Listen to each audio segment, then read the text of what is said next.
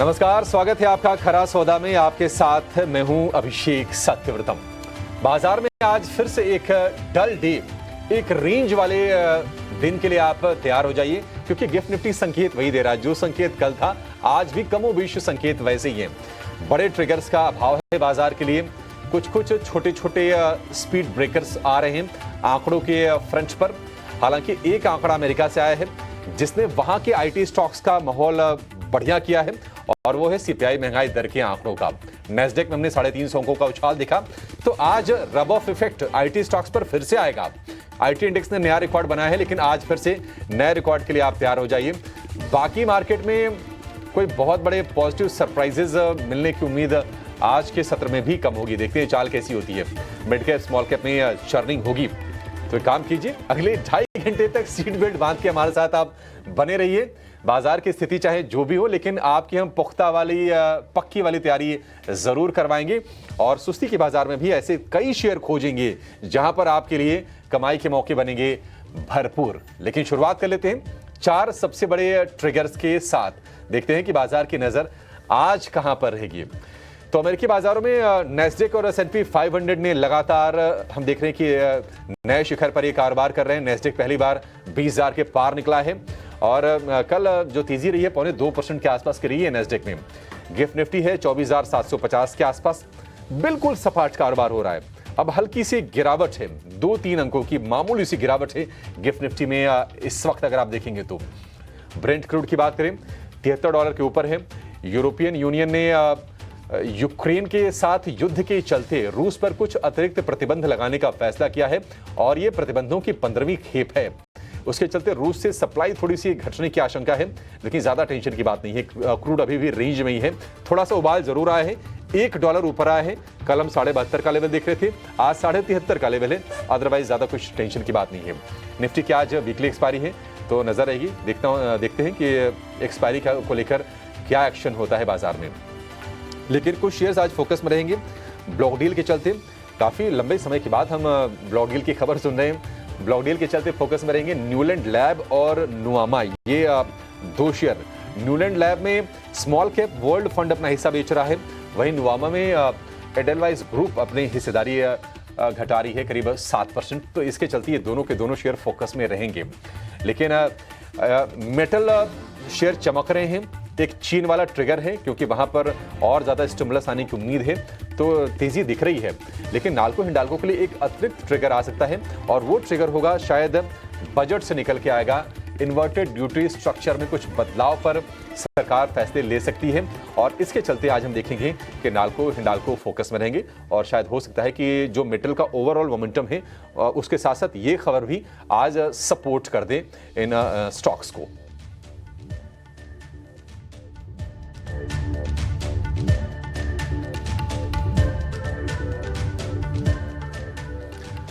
लेकिन चलिए शुरुआत करते हैं, एक करके आपको सारी चीजों को लेकर गाइड करेंगे। पहले ग्लोबल मार्केट की बात कर लेते हैं। ग्लोबल मार्केट की अगर हम बात करें, अमेरिका से मिले जुले संकेत हैं। डाउ जोन्स लगातार 5वें सत्र में हमने कमजोरी देखी है। नेस्डेक S&P 500 ये रिकॉर्ड ऊंचाई पर जाके बंद हुए हैं, और इसका रीजन ये है कि जो महंगाई दर के आंकड़े आए हैं, सीपीआई महंगाई दर के, वो आए हैं अनुमान के मुताबिक। मासिक आधार पर 0.3% बढ़ने का अनुमान था, एग्जैक्टली वही आंकड़ा आया है निकल के। सालाना आधार पर 2.7% की बढ़त का अनुमान था, वही आंकड़ा आया है। तो ना तो कोई बदलाव उसमें नहीं आया। जो अनुमान थे एज इट इज आंकड़े आ गए हैं, और उसके चलते आईटी शेयर में थोड़ा उत्साह बढ़ा है। अगर महंगाई थोड़ी बढ़ती है तो आईटी कंपनीज के लिए नेगेटिव होता है। तो एक ये पॉजिटिव चीज आईटी कंपनीज के लिहाज से कहेंगे। अदरवाइज जो उम्मीदें थी उसके हिसाब से ये आंकड़े निकल के आए हैं। एक चीज जो हो रही है कि अब पूरी की पूरी जो नजर होगी यूएस फेड की पॉलिसी पर होगी। 17 दिसंबर को एफओएमसी की बैठक शुरू होगी, और 18 दिसंबर को पॉलिसी आएगी। उम्मीद ये किया जा रहा है कि 0.25% दरें घटने की उम्मीद है, और बाजार कहीं ना कहीं इस चीज को डिस्काउंट कर भी चुका है, क्योंकि सीएमई फेड वॉच टूल के हिसाब से लगातार ये प्रोजेक्शंस आ रही थी कि कितनी दरें घट सकती हैं और उसका अनुमान कितना है। अब जो लेटेस्ट जो डेटा है वो ये कह रहा है कि 99% उम्मीद है दरों में 0.25% कटौती की। तो वो कह सकते हैं कि एक तरह से प्राइस में बाजार में डिस्काउंटेड है। नेस्डेक S&P 500 को हम रिकॉर्ड बनाते देख रहे हैं। ज्यादा वहां से कुछ हमें क्यूज रीड नहीं करने चाहिए, एक्सेप्ट आईटी स्टॉक्स। एशिया से अगर हम बात करें तो 600 अंकों के उछाल के साथ निकेई फिर से 40,000 के पार निकल गया है। हैंगसेंग में कोस्पी में चौथाई से आधे % की तेजी है। कोस्पी में लगातार तीसरे सत्र में हम तेजी देख रहे हैं 4 दिनों की गिरावट के बाद।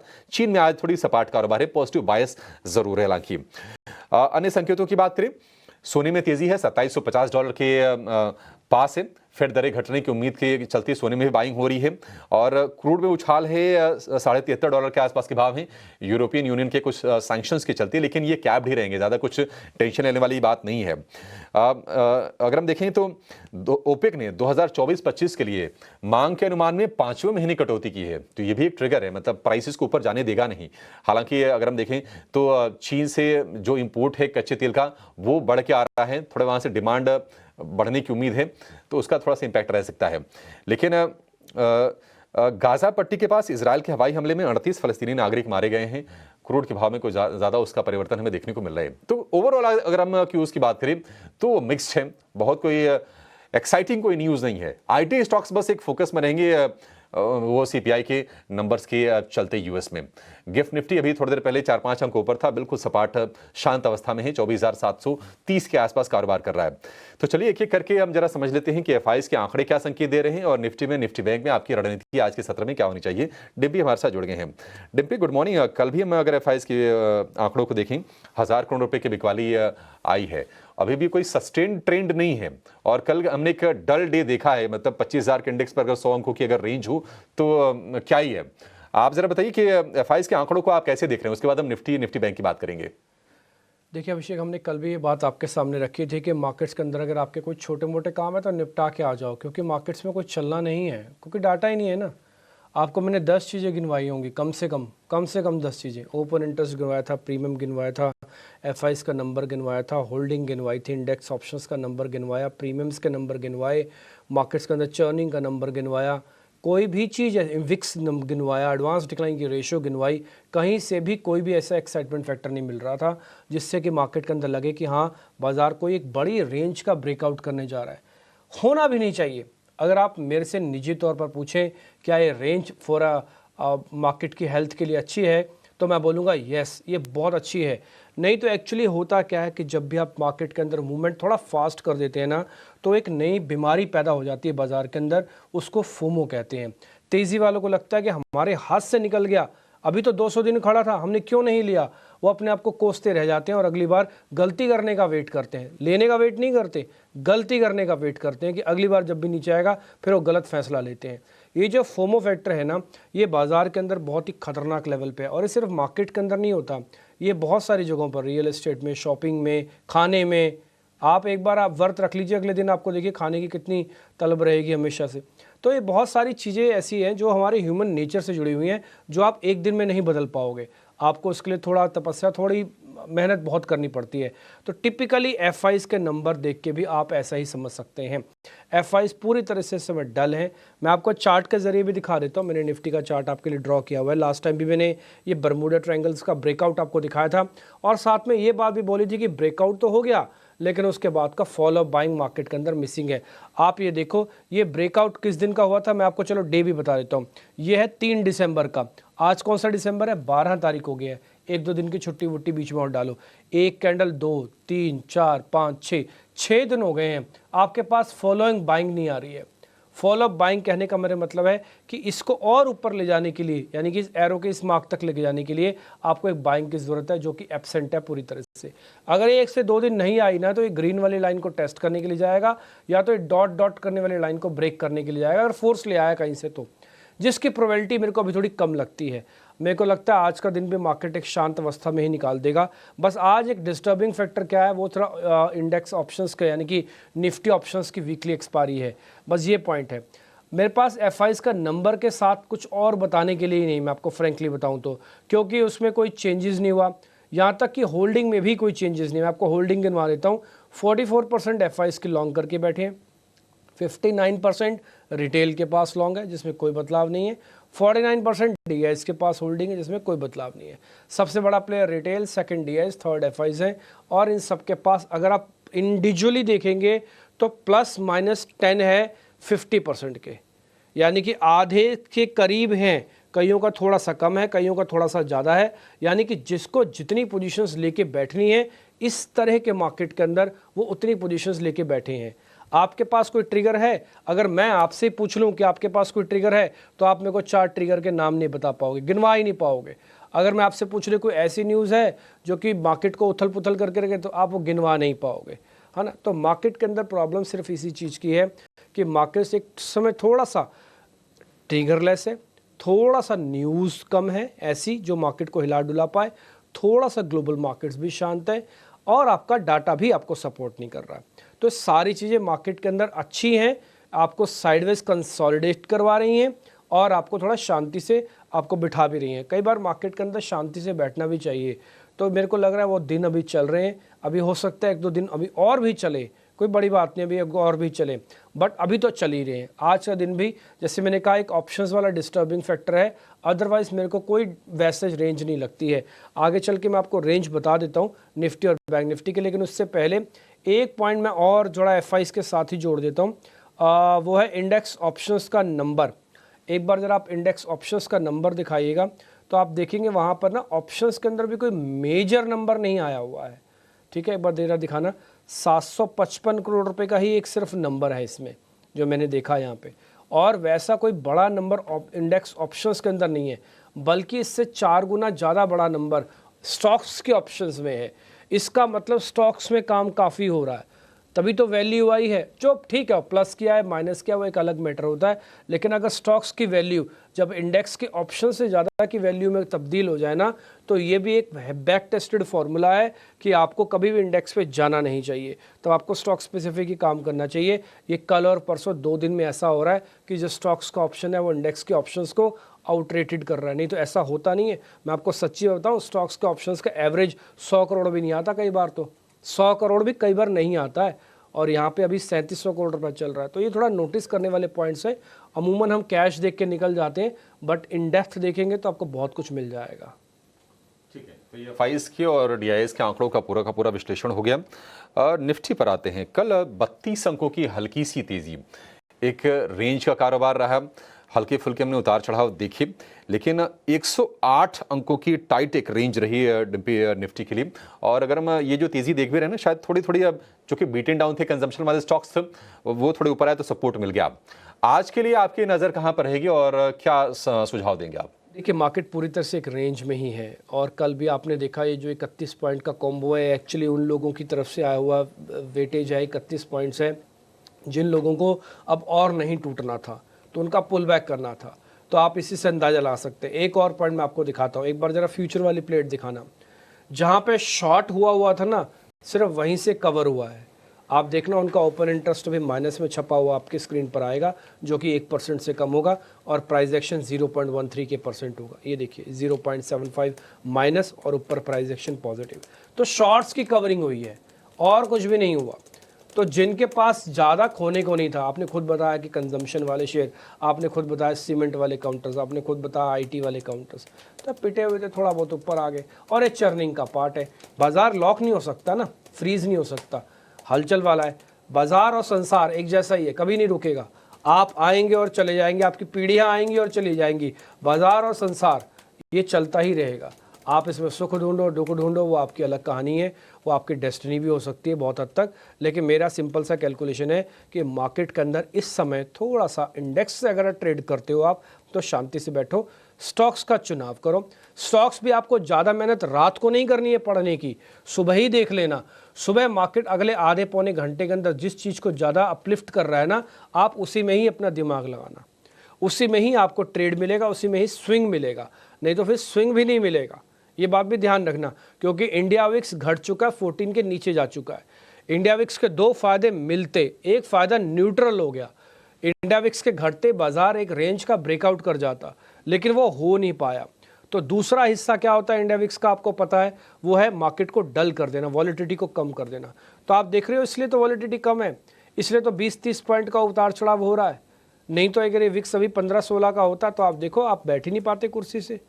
अब आप शांति से बैठते। मैं खुद कई बार आपको कहता हूँ कि आपका कोई छोटे मोटे काम है तो निपटा के आ जाओ, वो आज भी मैं बोलूँगा क्योंकि छोटे मोटे काम है तो निपटा दो। बट आज थोड़ा सा इस चीज़ का मेरे को ध्यान रखना पड़ेगा कि आज इंडेक्स ऑप्शंस में कोई जादुई कोई काम ना हो जाए। अगर कुछ जहाँ वहाँ पे कुछ ज़्यादा काम हो जाएगा ना, तो फिर आज आपको थोड़ा मार्केट के अंदर इन्वॉल्वमेंट आपकी आएगी। अदरवाइज वैसे इन्वॉल्वमेंट के लिए मेरे को और कोई ट्रिगर मार्केट के अंदर दिख नहीं रहा, इसलिए निफ्टी के रेंज के साथ निफ्टी को कंप्लीट कर देता हूँ। वही पुरानी वाली रेंज है 24,400-500 का सपोर्ट, 24,800 का रेजिस्टेंस है। आप इस बैंड के बीच में फंसे हुए हैं। जब जब डिप मिले बाय करो, जब जब राइज मिले 24,800 के आसपास। अगर आपको सेल करने की आदत है, प्रोफेशनल हो, काम करना आता है, तो फिर सेल भी करना, नहीं तो आम जनता की तरह, हम जैसे लोगों की तरह, आम रिटेलर्स की तरह बाइंग ऑन डिप्स की वेट करना। बेहतर खरीदना मार्केट के अंदर बहुत सारे लोगों को आता है, बेहतर बेचना बहुत सारे लोगों को नहीं आता। ये मेरा अपना एनालिसिस है, मैं खुद भी डीलिंग रूम से निकला हूँ, इसलिए मैं बता पा रहा हूँ ये सारी बातें। तो इसलिए बेहतर खरीद तो बहुत सारे लोग लेते हैं, हम में से और आप में से बहुत सारे लोग ऐसे होंगे जिन्होंने बहुत अच्छी वैल्यू हंटिंग की है, लेकिन हम में से और आप में से बहुत कम ऐसे लोग होंगे जिन्होंने बहुत अच्छी सेलिंग की हुई है ऊपर के लेवल पे। तो वो चीज़ मार्केट के अंदर थोड़ा सा प्रोफेशनल लोगों का काम हो जाता है, उसमें थोड़ा ज़्यादा दिमाग चाहिए होता है बस। अदरवाइज़ वैसी कोई प्रॉब्लम नहीं है, मार्केट पूरी तरह से एक रेंज में, लेवल्स मैंने आपको बता दिए, आप जैसे ट्रेड करना चाहें करें, नहीं करना चाहें तब भी कोई दिक्कत नहीं। ठीक है, निफ्टी को लेकर ये रणनीति होगी, रेंज का ही बाजार होगा, और अगर आपको खरीदना है या बेचना है तो लेवल्स कौन से आपको ध्यान रखना है उसकी भी जानकारी आपको मिल गई। निफ्टी बैंक पर आते हैं। निफ्टी ऐसा कल तक लग रहा था कि शायद निफ्टी बैंक वेल प्लेस्ड है, हालांकि रेंज यहां पर भी अगर हम पिछले 4 दिनों की क्लोजिंग देखेंगे तो वो 54,400-600 की रेंज में हो रही है। और कल थोड़ी सी ना एक ब्रेक लगता हुआ दिखा, हालांकि जो कमजोरी रही ज़्यादा नहीं रही, वो 200 अंकों के आसपास की ही रही। लेकिन निफ्टी बैंक को लेकर क्या कोई अलग विचार है, या फिर जो ट्रेंड हम निफ्टी में देख रहे हैं वही तर्ज निफ्टी बैंक का भी होगा? नहीं, निफ्टी बैंक का चार्ट से ही आपको मैं दिखा ही देता हूँ, उससे से क्लियर हो जाएगा काफ़ी हद तक। देखो इसमें कन्विक्शन तो ज़्यादा है ही, इसमें कोई दो राय नहीं है।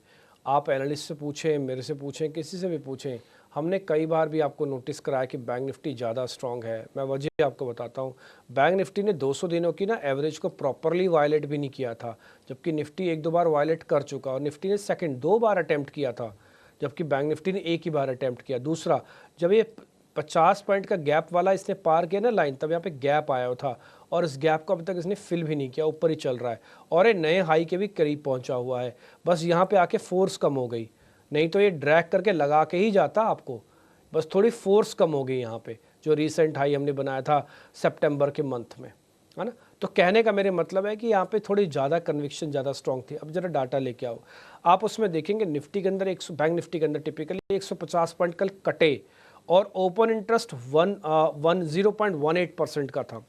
अब फ्यूचर वाली प्लेट भी दिखाना, तो आपको दिखेगा वहाँ पे माइल्ड शॉर्टिंग हुई है, माइल्ड शॉर्टिंग, ये देखिए 0.18 और 0.28। आप देखेंगे दोनों में आधा परसेंट भी नहीं है, ना तो ओपन इंटरेस्ट में ना ही प्राइस में। तो दोनों इतने डल थे कि मार्केट पूरी तरह से एक रेंज में रहना था। आपको चलो मैं एक और पॉइंट भी बताता हूँ, अगर आप कभी भी फ्यूचर्स देखते हैं ना, कोई ट्रेड करते हैं ना, तो अपनी स्क्रीन पे ना लाइव फ्यूचर्स के रेट लगा के उसमें ओपन इंटरेस्ट वाला हिस्सा छोड़ दिया करो। ओपन इंटरेस्ट अगर कहीं भी बढ़ रहा है ना थोड़ा बहुत, तो समझ लेना कि वो कुछ ना कुछ अब करने जा रहा है, क्योंकि उसके अंदर पावर आ रही है, उसके अंदर एनर्जी आ रही है। जब एनर्जी ही नहीं है, पावर नहीं है, मैं कितना ही बहुत ही बेहतरीन क्यों ना होऊंगा, मेरा कोई फ़ायदा नहीं है। आपके पास बहुत अच्छी गाड़ी है, चलेगी कैसे जब पेट्रोल ही नहीं है।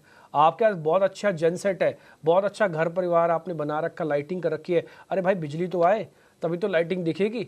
तो सॉर्ट ऑफ ओपन इंटरेस्ट वो बिजली और पावर होती है जो मार्केट के अंदर इस समय थोड़ी एब्सेंट है। ठीक, दूसरा प्रीमियम्स ठीक है, इसलिए कन्विक्शन हाई दिखा रहा है आपको, कल के मुकाबले प्रीमियम्स थोड़े और बड़े हैं, इसलिए हाई कन्विक्शन के साथ मार्केट के अंदर रुके रहने में कोई दिक्कत नहीं है। विक्स भी यही कह रहा है कि रुके रहने में कोई दिक्कत नहीं है, लेकिन मार्केट के अंदर जो फोर्स की कमी है वो आपको एब्सेंट दिख रही है, वो आपको मैं बैंक निफ्टी में भी दिख रही है। मैं रेंज को फिर से डिफाइन कर देता हूँ। बैंक निफ्टी कल 53,300 या 400 के आसपास बंद हुआ है, 9 पॉइंट हटा देता हूँ मैं, 400 के आसपास बंद हुआ है। तो आपके पास वही 200 से 300 वाला सपोर्ट एरिया है। ऊपर जाते समय पहले 53,500, फिर 53,800 है, 53,800 और 24,800, ये दो इंपॉर्टेंट पॉइंट है। जिस दिन 800 वाली रेंज है दोनों की पार होगी, तब हम नए एक का एरा में चले जाएंगे। जैसे पहले 400 पॉइंट में चलते थे, 24 से 24,400, बैंक निफ्टी में चलते थे 52,800 से 53,200, तो अब हम नए ओरा में आ जाएंगे। जब तक ये नहीं आते तब तक इसी चर्निंग का मजा लो। आपको ट्रेड करना है ट्रेड करो, नहीं करना मत करो। मैं आपकी जगह होता तो क्या करता, मैं अगर आपकी जगह होता तो कुछ नहीं करता। मैं पिछले 3 दिन से आपको मैं सच्ची बात बताऊं, मैं इंडेक्स को देख भी नहीं रहा। मेरे को तो कल छोटा मोटा काम था, कल तो मैं मार्केट में भी नहीं था, तो मैं कल 12 बजे का भी अपना शो नहीं कर पाया, मेरे को कहीं जाना पड़ा बाहर। तो मेरे को कोई ऐसे फील ही नहीं हुआ। मैंने दिन भर में मार्केट को सिर्फ 1-2 बार मोबाइल पे चेक किया, अच्छा यही हो रहा है, तो वही एक्सपेक्टेड था, वही हो रहा था मार्केट के अंदर। जब मैं शाम को आया, रात को आया, मैंने फिर सारा डाटा पढ़ा, तब सब समझा, फिर आपके सामने बात रख रहा हूँ मैं। कहने का मेरा मतलब है कि आप इतना मत घबराइए, कहीं नहीं जा रहा है मार्केट, अभी फिलहाल थोड़ा शांति रखिए, और एक कंसोलिडेशन मार्केट्स के लिए थोड़ा ठीक भी है, ये अच्छा कंसोलिडेशन है। बस थोड़ी चर्निंग का ध्यान रखो, कोई बड़ा लीडर आता है उसके साथ चिपक जाओ, दूसरा कोई बड़ा पॉइंट्स किसी सेक्टर में थीम में मिलता है उसके साथ चिपक जाओ, थोड़ा बहुत अगर कहीं पे कुछ ज़्यादा नोटिस हो रहा है मार्केट के, उसी के साथ चिपक जाओ। ऐसा आप लेके बैठ जाओ और बोलो मेरा लिया हुआ माल चल जाए, वो भी मार्केट के पास डाटा ही नहीं है। तो जो चल रहा है उसी के साथ चले जाओगे तो फिर भी थोड़ा बहुत वॉलिटिलिटी, थोड़ा बहुत मोमेंटो आ जाएगा, अदरवाइज डल मार्केट है। किरण जानी इस बीच मेरे को स्क्रीन पर दिख रहे हैं, अवनी भट्ट थोड़ी देर में कार्यक्रम में हमारे साथ जुड़ जाएंगे, उनसे भी बातचीत होगी, और साथ ही कुछ और मेहमानों को भी अपने साथ जोड़ लेंगे। किरण सर नमस्ते। हमने निफ्टी और बैंक निफ्टी पे जो व्यू पॉइंट रखा उसमें अगर कोई पॉइंट आप जोड़ना है तो आप बता दीजिए, कुछ चेंज करना है तो वो भी बता दीजिए, फिर स्टॉक्स का अलग से सवाल पूछते हैं sir. Good morning. Very good morning everyone. So overall जिस तरह से आपने डेटा पॉइंट रखे, डेफिनेटली मार्केट कहीं ना कहीं रेंज में, और जिस तरह से बैंक निफ्टी की आपने बात की, तो शायद आपको ध्यान हो कि इस सीरीज की शुरुआत में हमने 54,000 का टारगेट दिया था बैंक निफ्टी के लिए, और आपने बोला था कि ये एक अग्रेसिव कॉल है। कहीं ना कहीं आपने भी अग्री किया था, और उसी तरह से हम चाल देख रहे हैं। लेकिन कहीं ना कहीं जैसे आज आपने बताया कि 53,500 के आसपास से थोड़ा फोर्स कम हो गया। हम लगातार 3 दिन से देख रहे हैं कि लोअर हाइस बन रहे हैं, हालांकि क्लोजिंग वहीं का वहीं उसी लेवल के आसपास आ रही है, इतना कोई मेजर नेगेटिव क्लोजिंग नहीं हम देख रहे, लेकिन लोअर हाइस बन रहे हैं। तो कहीं ना कहीं एक फ्लैग पैटर्न बन रहा है। 1-2 दिन में अगर ये लोअर हाइस की पैटर्न ब्रेक होती है तो वापस हम एक बार दोबारा फोर्स देख सकते हैं। तो ओवरऑल बैंक निफ्टी एक रेंज में फंसी हुई है, नीचे में आप देखोगे तो 53,000 का एक स्ट्रॉन्ग सपोर्ट है। तो बाय डिप्स की यहाँ पे हम सलाह देंगे। 52,800 का हमें स्ट्रिक्ट स्टॉप लॉस रखना है, और ऊपर के लेवल अगर आप देखोगे तो प्रीवियस डे का हाई जिस दिन क्रॉस हो जाएगा उस दिन ये बड़ा मूव दे सकता है। तो आज के लिए हमें 53,600 का लेवल को ध्यान में रखना रहेगा। जैसे ही मार्केट ओपन होने के बाद 53,600 ब्रेक होता है तो इंट्राडे में एक अच्छी खासी शॉर्ट कवरिंग आ सकती है, जहां पे आप 54,000 तक के लेवल भी देख सकते हैं। तो या तो आप बाय ऑन डिप्स कीजिए, या तो आप अग्रेसिव ट्रेडर हो, रिस्क लेना चाहते हो तो 53,600 के ऊपर मार्केट निकले बैंक निफ्टी तभी आप लॉन्ग कीजिए। निफ्टी में भी कहीं ना कहीं 100 डेज मूविंग एवरेज का रेजिस्टेंस 24,700 है। तो जो एक अग्रेसिव मूव है वो 24,700 के ऊपर ही एक्सपेक्टेड है। Inverted head and shoulder pattern का ब्रेकआउट यहाँ पे भी है, तो यहाँ पे भी आप बाय ऑन डिप्स कर सकते हो, या तो 24,700 के ऊपर बाय कीजिए। सो ओवरऑल दोनों इंडाइसिस में पॉजिटिव पैटर्न इंटैक्ट है, मेरे हिसाब से लॉन्ग करने की ही सलाह रहेगी दोनों इंडाइसिस में। ठीक है, तो आप थोड़ा लॉन्ग कर सकते हैं दोनों ही इंडाइसिस पर। फिलहाल अभी 53,600 तक का पुल बैक आपको दिख रहा है, 52,800 का एक स्टॉप लॉस है। थोड़ा डीप कर दिया सर ने आपको, छोटा मोटा डिप मिले तब आप प्लस करना, तो रिस्क रिवॉर्ड और अच्छा होगा। 24,800 जो भी हमने आपको रेंज बताई थी वही सर ने भी टारगेट डाला है, और 24,500 का स्टॉप डाला है। ये नियर बाय का स्टॉप है जो हमने भी थोड़ी देर पहले आपको नोटिस करवाया। तो ऑलमोस्ट सर के साथ हमारे लेवल्स, कन्विक्शन, काम करने का तरीका और अप्रोच वो सेम मैच कर रही है। सर ने आपको लेवल्स में भी नोटिस करवा दिया है।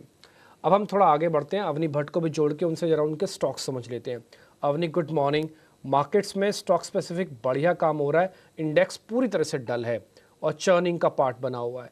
तो आप बताएं आज आपने स्टॉक्स कौन से चुने हैं?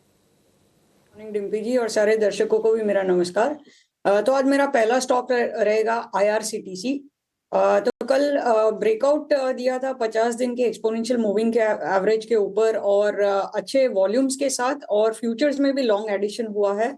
और एक बात जो नोटिस करने जैसी है वो है कि 860 के कॉल में काफी बाइंग इंटरेस्ट डेवलप हो रहा है, काफी ओपन इंटरेस्ट एडिशन कल दिखा है, और एक स्ट्रॉन्ग बेस फॉर्मेशन बन चुका है 840 के करीबन। तो मेरे हिसाब से अब ये स्टॉक अच्छी उछाल देने के लिए तैयार है। तो इसे हम खरीदेंगे 890 और 905, ये दो टारगेट्स के लिए, और स्टॉप लॉस रहेगा 830 रुपए का। और मेरा दूसरा स्टॉक रहेगा ट्रेंड। तो ट्रेंड में भी अगेन 50 दिन के एक्सपोनेंशियल मूविंग एवरेज के ऊपर बंद दिया है, और ये हुआ है कंसोलिडेशन 25 नवंबर से जो कंसोलिडेशन हो रहा था उसके बाद कल पहला ऐसा दिन है जब हमें ये मूव दिखा है। इसमें भी फ्यूचर्स में करीबन 1% का लॉन्ग एडिशन है। तो पहले पिछले कुछ 3-4 दिनों में शॉर्ट कवरिंग हुई थी, और कल लॉन्ग एडिशन की शुरुआत हो चुकी है। तो ट्रेंड में भी एक अच्छी उछाल आने की उम्मीद है। तो ऊपर 7270 और 7375 ये दो टारगेट्स के लिए हम इसमें खरीदारी कर सकते हैं और नीचे स्टॉप लॉस लगाना है 6900 का। ये 6900 का स्टॉप लॉस होगा ट्रेंड के लिए। कल ये निफ्टी का टॉप गेनर भी रहा। करीब 2.25% चढ़ के ये शेयर बंद हुआ है। और आईआरसीटीसी कल हमने देखा कि रेलवे में चौतरफा रफ्तार दिख रही थी और आईआरसीटीसी डे हाई पर क्लोजिंग दी है। 850 रुपए के ऊपर फिर से निकल के ये शेयर अब कारोबार करने लगा है। तो 890, 800 और 905 के टारगेट के लिए आप इसको खरीदिए। 830 रुपए के स्टॉप लॉस के साथ दो शेयर होंगे तेजी के, और दोनों के दोनों उस सेगमेंट से जहां पर हम देख रहे हैं कि थोड़े रिन्यूड इंटरेस्ट बनते हुए दिख रहे हैं। ठीक है किरण जी, गुड मॉर्निंग। आप बताइए आपके शेयर्स कौन से होंगे, क्या खरीदना है आज? सो हमारे पिक में भी एक रेलवे का स्टॉक ही है। लास्ट टाइम हमने आईआरसीटीसी जब 800 के आसपास था तब हमने बाई कॉल दिया था। उसके साथ साथ हमने दूसरे जो रेलवे के स्टॉक्स है उसमें आरबीएनएल काफी अच्छा लग रहा है। आरबीएनएल में एक फ्रेश ब्रेकआउट देखने को हमें मिल रहा है। जिस तरह से आईआरसीटीसी के अंदर हम एक अपस्विंग देख रहे हैं, उसी तरह से सिमिलरली कल हमने देखा था कि रेलवे काउंटर में आरबीएनएल अपनी 50 दिन और 100 दिन की मूविंग एवरेज को रीटेस्ट कर रहा है। कहीं ना कहीं यहाँ पे भी आप देखोगे तो एक कवर हैंडल पैटर्न आपको इंट्राडे चार्ट्स के ऊपर दिखेगा। मोमेंटम इंडिकेटर भी बुलिश जोन में है और जिस तरह से लास्ट 3 दिन के वॉल्यूम्स है एवरेज 20 डेज के वॉल्यूम के ऊपर हो रहा है, तो ये एक प्राइस वॉल्यूम ब्रेकआउट इसको कंसीडर कर सकते हैं। 474 के आसपास की क्लोजिंग है, हम लॉन्ग करके जाएंगे। ऊपर में 500-510 तक के टारगेट आप एक्सपेक्ट कर सकते हो 1 से 2 दिन में। And 454 as a stop loss हमें मेंटेन करना है। तो आरबीएनएल हमारा पहला कॉल रहेगा। दूसरा जो है वो पेट्रोनेट है। पेट्रोनेट में आप देखोगे तो कहीं ना कहीं लॉन्ग बिल्डअप हमें देखने को मिल रहा है। साथ ही साथ आप इंट्राडे चार्ट्स देखोगे तो यहाँ पे भी inverted head and shoulder pattern breakout है। नो डाउट स्टॉक अपने 100 डेज मूविंग एवरेज के नीचे ट्रेड कर रहा है, लेकिन क्लियर कट एक inverted head and shoulder pattern breakout है। कल के सत्र में अच्छी खासी हमने लॉन्ग बिल्डअप और प्राइस वॉल्यूम ब्रेकआउट देखने को मिल रहा है, तो यहाँ पे भी आप लॉन्ग कर सकते हो। 1 से 2 दिन आप होल्ड कीजिए। 354 तक के हमारे टारगेट है and 330 as a stop loss हमें मेंटेन करना है। तो पेट्रोनेट एंड आरबीएनएल हमारे दो प्रेफर्ड स्टॉक रहेंगे। ठीक है, पेट्रोनेट एलएनजी कल क्लोजिंग अच्छी देखी, शेयर ये गया है करीब करीब 2% ऊपर बंद हुआ, लेकिन अभी और चलेगा। 354 रुपए का टारगेट होगा, 330 रुपए का स्टॉप लॉस। और ट्रेंड को बनाइए फ्रेंड, रेलवे की कीजिए सवारी। वहां से आपके लिए जो पिक है किरण जी की वो है आरवीएनएल की, यानी कि रेल विकास निगम लिमिटेड का। 500 रुपए के टारगेट इसका साथ आपको खरीदना है। 454 रुपए का स्टॉप लॉस, यानी कि 20 रुपए नीचे का जिस भाव पर कल बंद हुआ है वहां से। ये 4 के 4 तेजी का चौका लग गया है हमारे एक्सपर्ट की तरफ से। कुछ और एक्सपर्ट जुड़ेंगे, उनके भी ट्रेडिंग कॉल्स लेंगे और आगे और भी शेयरों पर आपको गाइड करेंगे। लेकिन पहले ये देख लेते हैं कि खबरों के दम पर आपके लिए मौके कहां पर बनेंगे बाजार में। स्टॉक्स न्यूज लेकर हमारे सहयोगी शरद दुबे हमारे साथ जुड़ गए हैं। शरद बताइए कौन से शेयर होंगे आज फोकस में? जी बिल्कुल अभिषेक, आज जो है नाल्को, हिंडाल्को जैसे एल्यूमिनियम रिलेटेड स्टॉक्स पे नज़र रखिएगा। यहाँ पे रिपोर्ट्स आ रही है कि गवर्नमेंट जो है इस बजट में एक पॉजिटिव फेवरेबल अनाउंसमेंट कर सकती है सेक्टर के लिए, जहाँ पे फोकस रहेगा जो इन्वर्टेड ड्यूटी स्ट्रक्चर है उसको वो एड्रेस करेंगे। तो इन स्टॉक्स में आज तेज़ी देखने मिल सकती है। और याद रखिए जो बजट रिलेटेड स्टॉक्स हमने देखा 2-3 दिन से रेलवे स्टॉक्स में भी जो है तेज़ी आने मिल रही थी, तो ऑफकोर्स इन सारे थीम्स पर भी जो है नज़र रखिएगा। न्यूलैंड लैब्स यहाँ पे ब्लॉक डील हो सकते हैं 4% स्टेक का, जिसका कुल वैल्यू लगभग 750 करोड़ रुपए का है और जो टोटल प्राइस है वो 9% डिस्काउंट पे है। स्मॉल कैप वर्ल्ड फंड शायद लाइकली सेलर होगा इस ब्लॉक डील में। ब्लॉक डील की बात करूँ तो एक और ब्लॉक डील पे नज़र रखिएगा, नोवामा वेल्थ पे। इडलवाइज ग्रुप लगभग 7% स्टेक की जो है बिकवाली कर सकती है, उसका कुल वैल्यू लगभग 1700 करोड़ का है। फ्लो प्राइस 6800 रुपये प्रति शेयर का है। और इसके अलावा श्रीराम फाइनेंस पे भी नज़र रखिएगा, इन्होंने अपनी सेल कंप्लीट कर दी है, लगभग 84% स्टेक श्रीराम हाउसिंग में, और एक बड़ी पी प्लेयर है वारबर्ग पिंकस, उनको इन्होंने सेल किया है। और स्टॉक में भी देखें तो हमने अच्छी तेज़ी भी जो है पिछले 1 से 2 सेशन में देखने मिल रही थी। फार्मा स्पेस से भी जो है 2 इंपॉर्टेंट खबर है। ग्लैंड फार्मा में यूएस FDA अप्रूवल आया है ब्लड क्लॉटिंग ट्रीटमेंट ड्रग का। और वही स्ट्राइड्स फार्मा की बात करें तो उनके एक डिमर्ज नाम है, इस कंपनी का नाम है वन सोर्स। अब ये एक्सचेंजेस में लिस्ट होगी चौथे तिमाही वित्त साल 2025 में। और अगर आप 2 शेयर्स होल्ड करते हैं स्ट्राइड्स में तो आपको 1 शेयर मिलेगा इस डिमर्ज्ड आर्म में। इसके अलावा वारी एनर्जीज़ में भी नज़र रखिएगा, ये कंपनी 170 मेगावाट का सोलर प्लांट बनाने वाली है मध्य प्रदेश में। और कुछ फॉरेन मीडिया हाउसेस से भी रिपोर्ट्स आ रही है कि चाइना में जो है यूएस में जो है आप कह सकते हैं कि बड़े टैरिफ्स और लग सकते हैं सोलर सेगमेंट में। तो इसके कारण जो डोमेस्टिक एक्सपोर्टर्स है भारत के, उनके लिए सेंटिमेंटली पॉजिटिव न्यूज़ फ्लो है, पर उसकी डिटेल्स में किसको बेनिफिट ज़्यादा होता है उसकी हम आपको अपडेट लेके आएंगे। और आखिर में फिर से मैं मेटल स्पेस पे नज़र दूंगा, खास करके वेदांता पे। यहाँ पे कंपनी ने अपना चौथा इंटरिम डिविडेंड जो है ऐलान कर दिया है वित्त साल 2025 में। रिकॉर्ड डेट याद रखिएगा दिसंबर 24 को है। और ओवरऑल इस साल 3 इंटरिम डिविडेंड के जो कलेक्टिव डिविडेंड है वो लगभग 35 रुपये प्रति शेयर का है। तो वेदांता पे भी नज़र रखिएगा। ठीक है, तो ये वेदांता पे नज़र होगी और नाल्को हिंडाल्को पर भी नज़र होगी, क्योंकि खबरें ये आ रही हैं कि इन्वर्टेड ड्यूटी स्ट्रक्चर में सरकार बदलाव कर सकती है। देखिए, इन्वर्टेड ड्यूटी स्ट्रक्चर होता क्या है? वो ये कि फाइनल जो आउटपुट होता है उस पर जो ड्यूटी लगती है उसके मुकाबले अगर जो कच्चे माल पर जो ड्यूटी होती है ज़्यादा होती है तो उसको इन्वर्टेड ड्यूटी स्ट्रक्चर कहा जाता है। और इसमें सरकार कुछ कुछ बदलाव करने जा रही है जो कि एल्यूमिनियम कंपनीज के लिए फ़ायदेमंद होगा। और हो सकता है कि आज हम देखें हिंडाल्को में, नाल्को में फिर से तेज़ी बनते हुए। एक ये खबर निकल के आ रही है, बजट थोड़ा अभी दूर है तो अभी थोड़ी दूर की बात है, देखते हैं कि क्या कुछ फाइनली होता है, लेकिन सेंटिमेंट के लिहाज से पॉजिटिव ज़रूर है। अवनी जी, आप हिंडाल्को, नाल्को, वेदांता तीनों ज़रा चेक कर लीजिए एक साथ। खबरें तीनों को लेकर हैं और ये बताइए कि तीनों में से एक कोई शेयर अगर चुनना हो तो आपके लिस्ट में कौन सा होगा वो?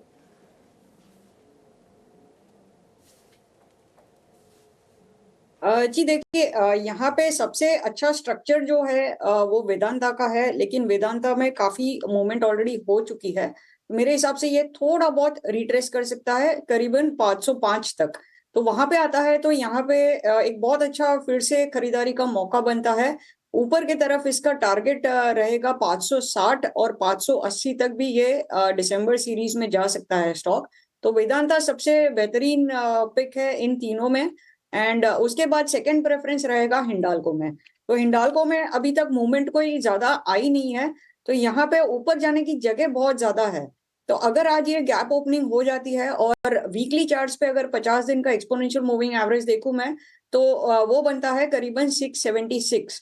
तो 676 के ऊपर आज ओपनिंग हो जाती है तो यहाँ पे भी बड़ी रफ्तार से इंट्राडे में भी आपको ये मौका मिलेगा 712 715 के टारगेट के लिए। तो सेकंड प्रेफरेंस रहेगा हिंडाल्को और नेशनल एल्यूमिनियम लास्ट रहेगा। तो वेदांता, हिंडाल्को, नाल्को ये आपके ऑर्डर में होनी चाहिए। तो कंसेंसस जो है वो है वेदांता को लेकर ही और शेयर अच्छे से चल रहा है, 500 रुपये के ऊपर आकर अब ये कारोबार भी कर रहा है। 52 वीक हाई पर ऑलरेडी इसके भाव हैं। कल हमने फाइनेंशियल स्टॉक्स में अच्छी रौनक देखी है किरण जी, आपकी भी नज़र निश्चित तौर पर वहाँ पर गई होगी। सिलेक्टिव बाइंग हो रही थी एनबीएफसी स्पेस में। एक बार जरा जियो फाइनेंस पर आप व्यू देंगे, क्योंकि अब तो ये शेयर देखिए एफएनओ का पार्ट भी है और हम कल ठीक ठाक इसमें मूवमेंट थी। डे हाई पर 2.5% के आसपास की तेजी के साथ बंद हुआ। तो जियो फाइनेंस की अगर हम बात करें तो ओवरऑल डेली चार्ट के ऊपर आप देखोगे तो ये फॉलिंग ट्रेंड लाइन ब्रेकआउट के लेवल के आसपास ट्रेड कर रहा है। स्टॉक का कहीं ना कहीं अपनी 200 दिन की मूविंग एवरेज के नीचे गया था, वहां से हम देख रहे हैं कि कल की क्लोजिंग 200 डेज मूविंग एवरेज की एग्जैक्ट उसके आसपास आई। मोमेंटम इंडिकेटर बुलिश जोन के अंदर है और जिस तरह से ओवरऑल चार्ट पैटर्न एक कप एंड हैंडल पैटर्न जरूर से हम कह सकते हैं कि ब्रेकआउट देने की कगार पे है। तो एक बार के लिए जिनके पास है वो होल्ड कर सकते हैं, नई खरीदारी करनी है तो मेरे हिसाब से कल का अगर हाई 345 क्रॉस करे तो ये आप बाई कीजिए। हालांकि क्लोजिंग 344 343 के आसपास ही है, तो चांसेस आर वेरी ब्राइट के वो ब्रेकआउट दे दे। तो 345 के ऊपर हमारा कंडीशनल बाई रहेगा। जैसे ही 345 क्रॉस होता है जियो फाइनेंस में, there are very high chances कि हम ऊपर में 365 370 तक की एक रैली देख सकते हैं। तो मेरे हिसाब से 345 के ऊपर आप लॉन्ग कीजिए, एक स्टॉप लॉस 335 का मेंटेन कीजिए और ऊपर में 370 तक के टारगेट आप एक्सपेक्ट कर सकते हो। 370 तक के टारगेट जियो फाइनेंशियल में बन सकते हैं। जियो फाइनेंशियल के साथ साथ जरा एक बार श्रीराम फाइनेंस पर व्यू लेते हैं। अवनी जी, ये भी शेयर चल रहा है, हाल फिलहाल अच्छे मूवमेंट दिखाए हैं और खबर ये आ रही है कि श्रीराम हाउसिंग में इन्होंने अपनी पूरी 84.4% स्टेक जो है वो बेच दिया है वारबर्ग पिंकस को और ये डील हुई है 3,929 करोड़ रुपए में। श्रीराम फाइनेंस कल 2% की तेजी रही है इसमें और महीने भर में 10% 12% ये शेयर चल गया है। और चलेगा क्या मैडम ये? जी अभिषेक जी, बिल्कुल ये स्टॉक हमने क्लाइंट्स को रेकमेंड भी किया हुआ है, थोड़े नीचे के स्तरों पे किया है। तो इसका जो ब्रेकआउट ऑलरेडी आ चुका था और उसके बाद में पिछले 4-5 दिनों से कंसोलिडेट होने के बाद कल फिर से एक अच्छी मूवमेंट हमें देखने मिली है और वॉल्यूम्स भी बहुत अच्छे से पिकअप हो चुके हैं। सारे मोमेंटम इंडिकेटर्स भी पॉजिटिव जोन में है। तो मेरे हिसाब से ये रैली कंटिन्यू होनी चाहिए ऊपर के तरफ अराउंड 3430 तक। सो यहाँ पे जिन्होंने मिस कर दी है अभी तक वो इस लेवल पे भी बाय कर सकते हैं और अगर थोड़ा बहुत डिप मिल जाता है करीबन अराउंड 3160 तक तो और भी बेहतरीन बाय बनेगा, रिस्क रिवॉर्ड बहुत अच्छा हो जाएगा। लेकिन ऊपर की तरफ टारगेट आपको 3430 का ध्यान में रखना है। और ओवरऑल जो स्टॉप लॉस है आपको 3100 का रखना है इसमें। ठीक है, 3100 का स्टॉप लॉस लगा के चलना है श्रीराम फाइनेंस में। हमारे साथ जुड़ गए हैं देश के जाने माने फंडामेंटल एक्सपर्ट मयूरेश जोशी। मयूरेश जी, बहुत शुक्रिया आपका समय देने के लिए। स्वागत है आपका टी9 स्वदेश पर। मयूरेश जी, गोदरेज कंज्यूमर की जब कमेंट्री आई, जब उनका अपडेट आया, तो थोड़ा सा हल्का फुल्का एफएमसीजी में थोड़ा पैनिक का माहौल बना। हालांकि कई सारे ब्रोकरेजेस ऐसे भी थे जो कह रहे थे कि एक दो अगर हम कैटेगरी छोड़ दें तो बाकी कोई चिंता की बात नहीं है। कल थोड़ी लोअर लेवल से बाइंग हमने देखी है कंजम्पशन वाले स्टॉक्स में, चाहे वो ब्रिटानिया हो या फिर आईटीसी हो, नेस्ले हो, मैरिको हो, ये शेयर चले हैं। क्या आपको भी लगता है कि थोड़ा वो ओवर रिएक्शन हो गया था, या फिर आपको लगता है कि वाकई कंजम्पशन में टेंशन है थोड़ी सी? Morning Abhishek ji, you are absolutely right. I think certain pockets of urban consumption जैसे हम बात कर रहे हैं, they are still holding up. तो ऐसा नहीं है कि अर्बन कंजम्पशन में कंप्लीट स्लोडाउन देखने मिला है। जो हायर प्राइस्ड आइटम्स हैं वहाँ पे अभी भी आई थिंक जो बिक्री है वो अभी भी ठीक ठाक चल रही है। ऑब्वियसली आई थिंक जो लोअर प्राइस एसकेयूज है वहाँ पे थोड़ी कंपटीशन इंटेंसिटी बढ़ने के कारण जो डिस्काउंटिंग फैक्टर आ चुका है, I think that will probably continue at least for a quarter और टू।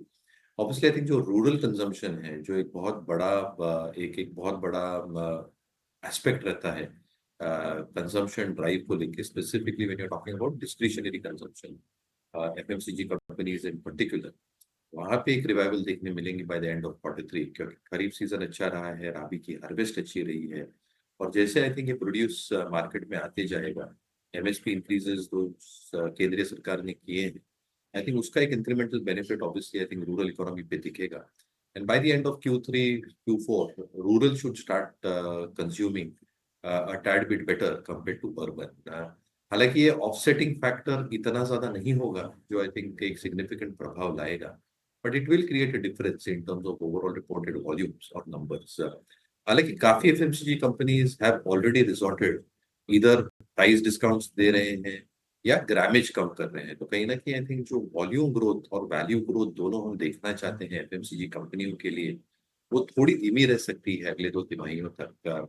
एक्सपेक्टेशन यही है कि urban consumption as inflationary trend start coming down should start picking up by the first half of the next financial year, और तब तक मुझे लगता है आई थिंक जनरली ये स्पेस थोड़ी कंसोलिडेशन फेज से गुजरेगी। ऑब्वियसली इसमें थोड़े आउटलायर्स डेफिनेटली हो सकते हैं।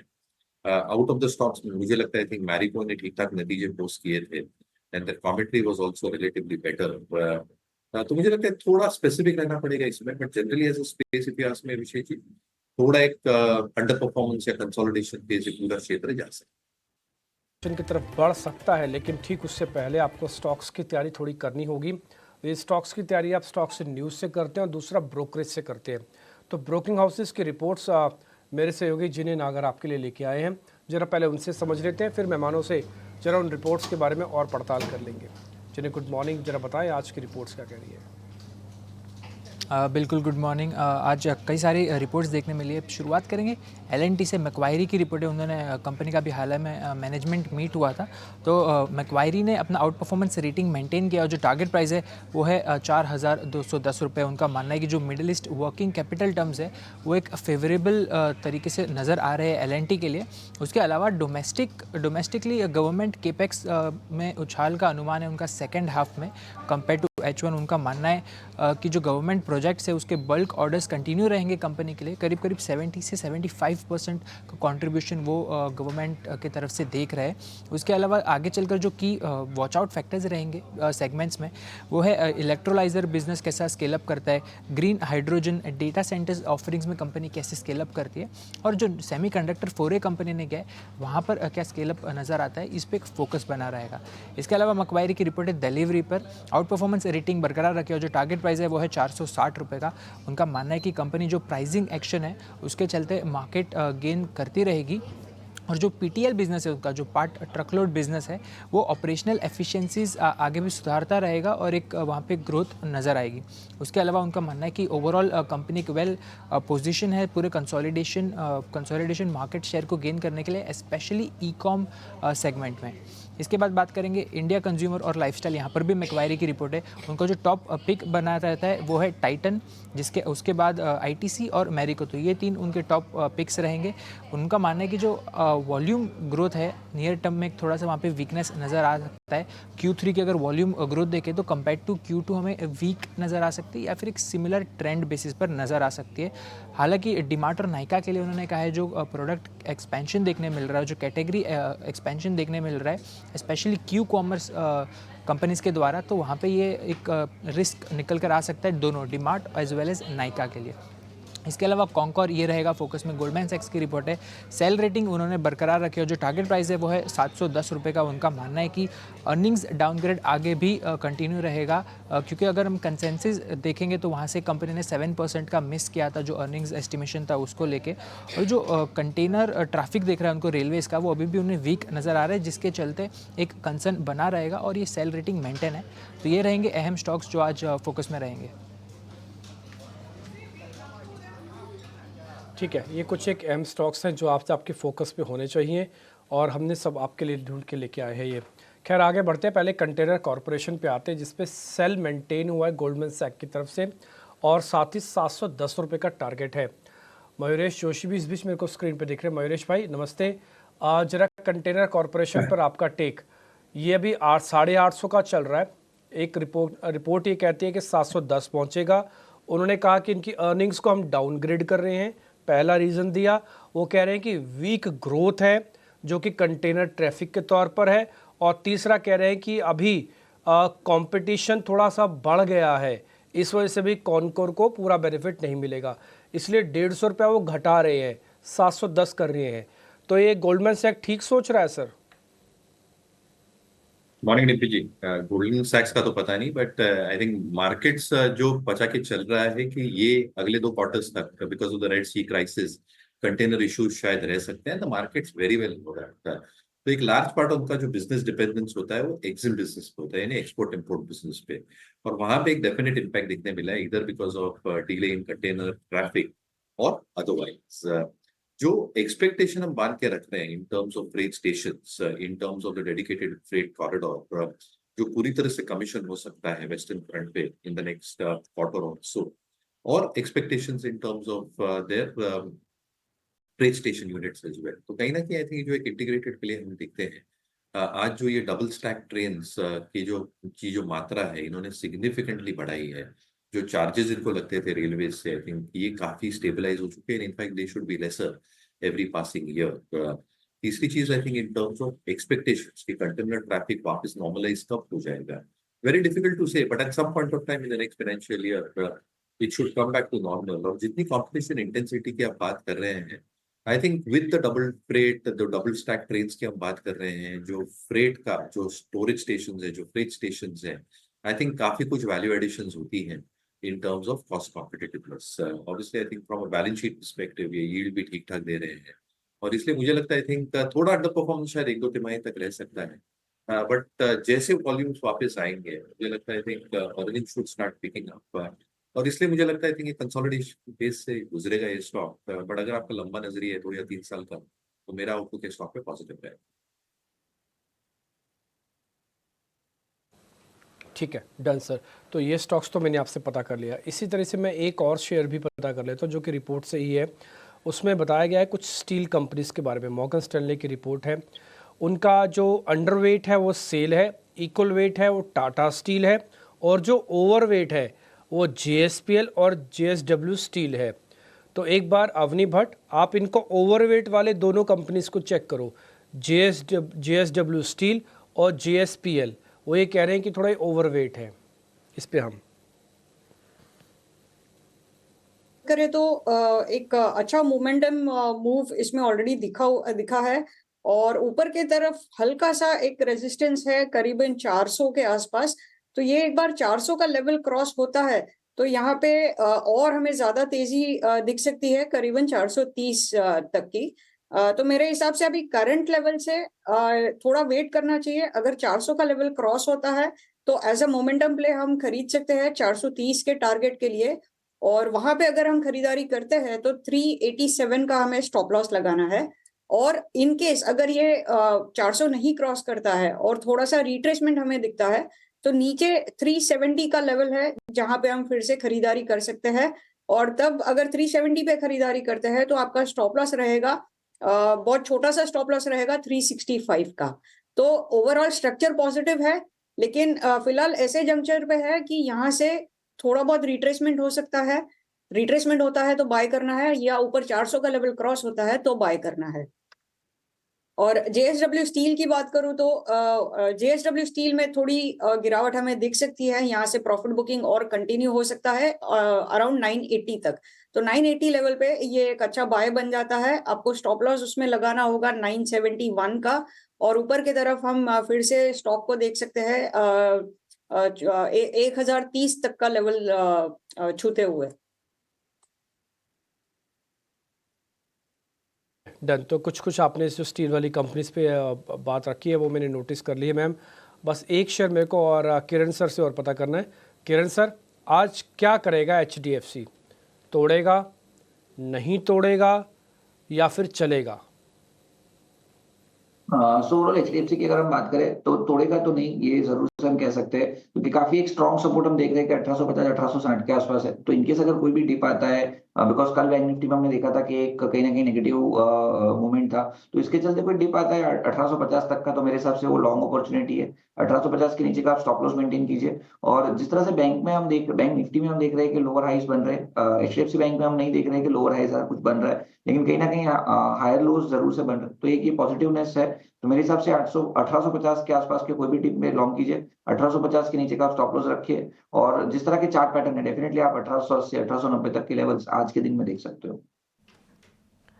गिरावट में खरीदारी के मौके 1890 तक के लेवल्स एचडीएफसी बैंक में एंटिसिपेट करके चल रहे हैं किरण, और क्लियरली 1863 के लेवल्स पर लास्ट क्लोजिंग हमने देखी। हालांकि इस वक्त अगर आप देखें साइडवेज शुरुआत होने की तैयारी बाजार करते हुए, क्योंकि गिफ्ट निफ्टी से फ्लैट संकेत है।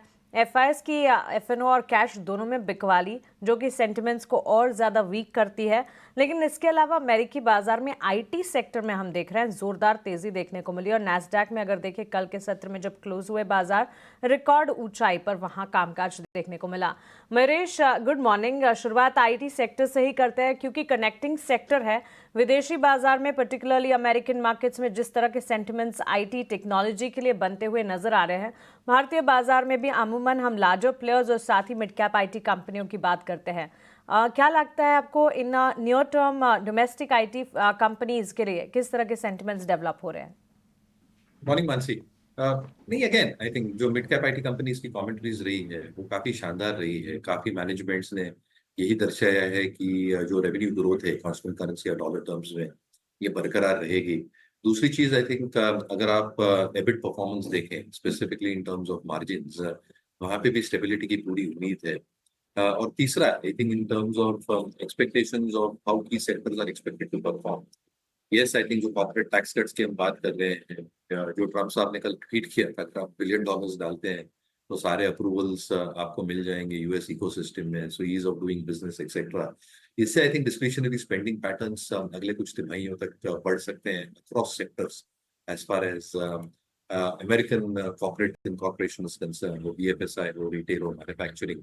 और इसलिए even if the valuations are elevated compared to the mean standard deviations, कहीं ना कहीं I think these companies might deliver exceptionally on numbers. However, जो presentations है, जो slides हैं, as an example, जो emphasis ने कहा है, tech disrupting tech as an example, जिसका मैं बार-बार जिक्र करते रहता हूँ, I think if you probably go and do a little bit of more of a deep dive, I think ये जो incrementally tech table पे लेके आ रहे हैं, whether it's AI, generative AI, cloud computing, I think they are getting much more on the table in terms of what the customer can probably achieve. और ये शायद theme pickup होगी in terms of a lot of outsourcing that our companies do.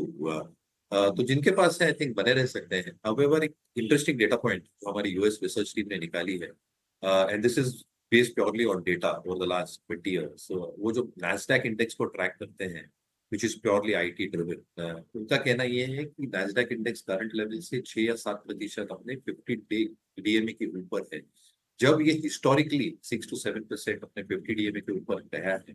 कहीं ना कहीं I think एक sharp pull back देखने मिला है। तो आई थिंक ये पॉइंट एक नोट करके करना चाहिए। Absolutely, thanks for that Mayuresh. In fact काफ़ी इंटरेस्टिंग होता जा रहा है ये सेक्टर। कुछ रिपोर्ट्स की माने तो आईटी सेक्टर आने वाले दिनों में almost 15 to 20% growth in job opportunities भी विटनेस कर सकता है।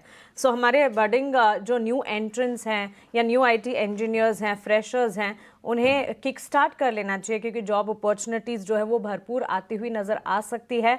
कोविड टाइम्स थे जब वहाँ पर हमने काफ़ी अच्छा एक्शन देखा था, इनफैक्ट बबल भी था जो बर्स्ट होता हुआ दिखा, लेकिन वहाँ से फिर जो मंद चाल चली थी वो वापस से एक तरह से कह सकते हैं कि मोमेंटम पकड़ सकती है। इसके अलावा नैस्डैक जिसका हम जिक्र कर रहे थे, क्लियरली रिकॉर्ड क्लोज अबाउट 20,000 हमने देखा पहली दफ़ा कल जब यूएस मार्केट्स क्लोज हुए। लेकिन इतना ही नहीं, आईटी सेक्टर फोकस रेडार पर है और इसके कई सारे ट्रिगर्स है, कई सारे फैक्टर्स हैं।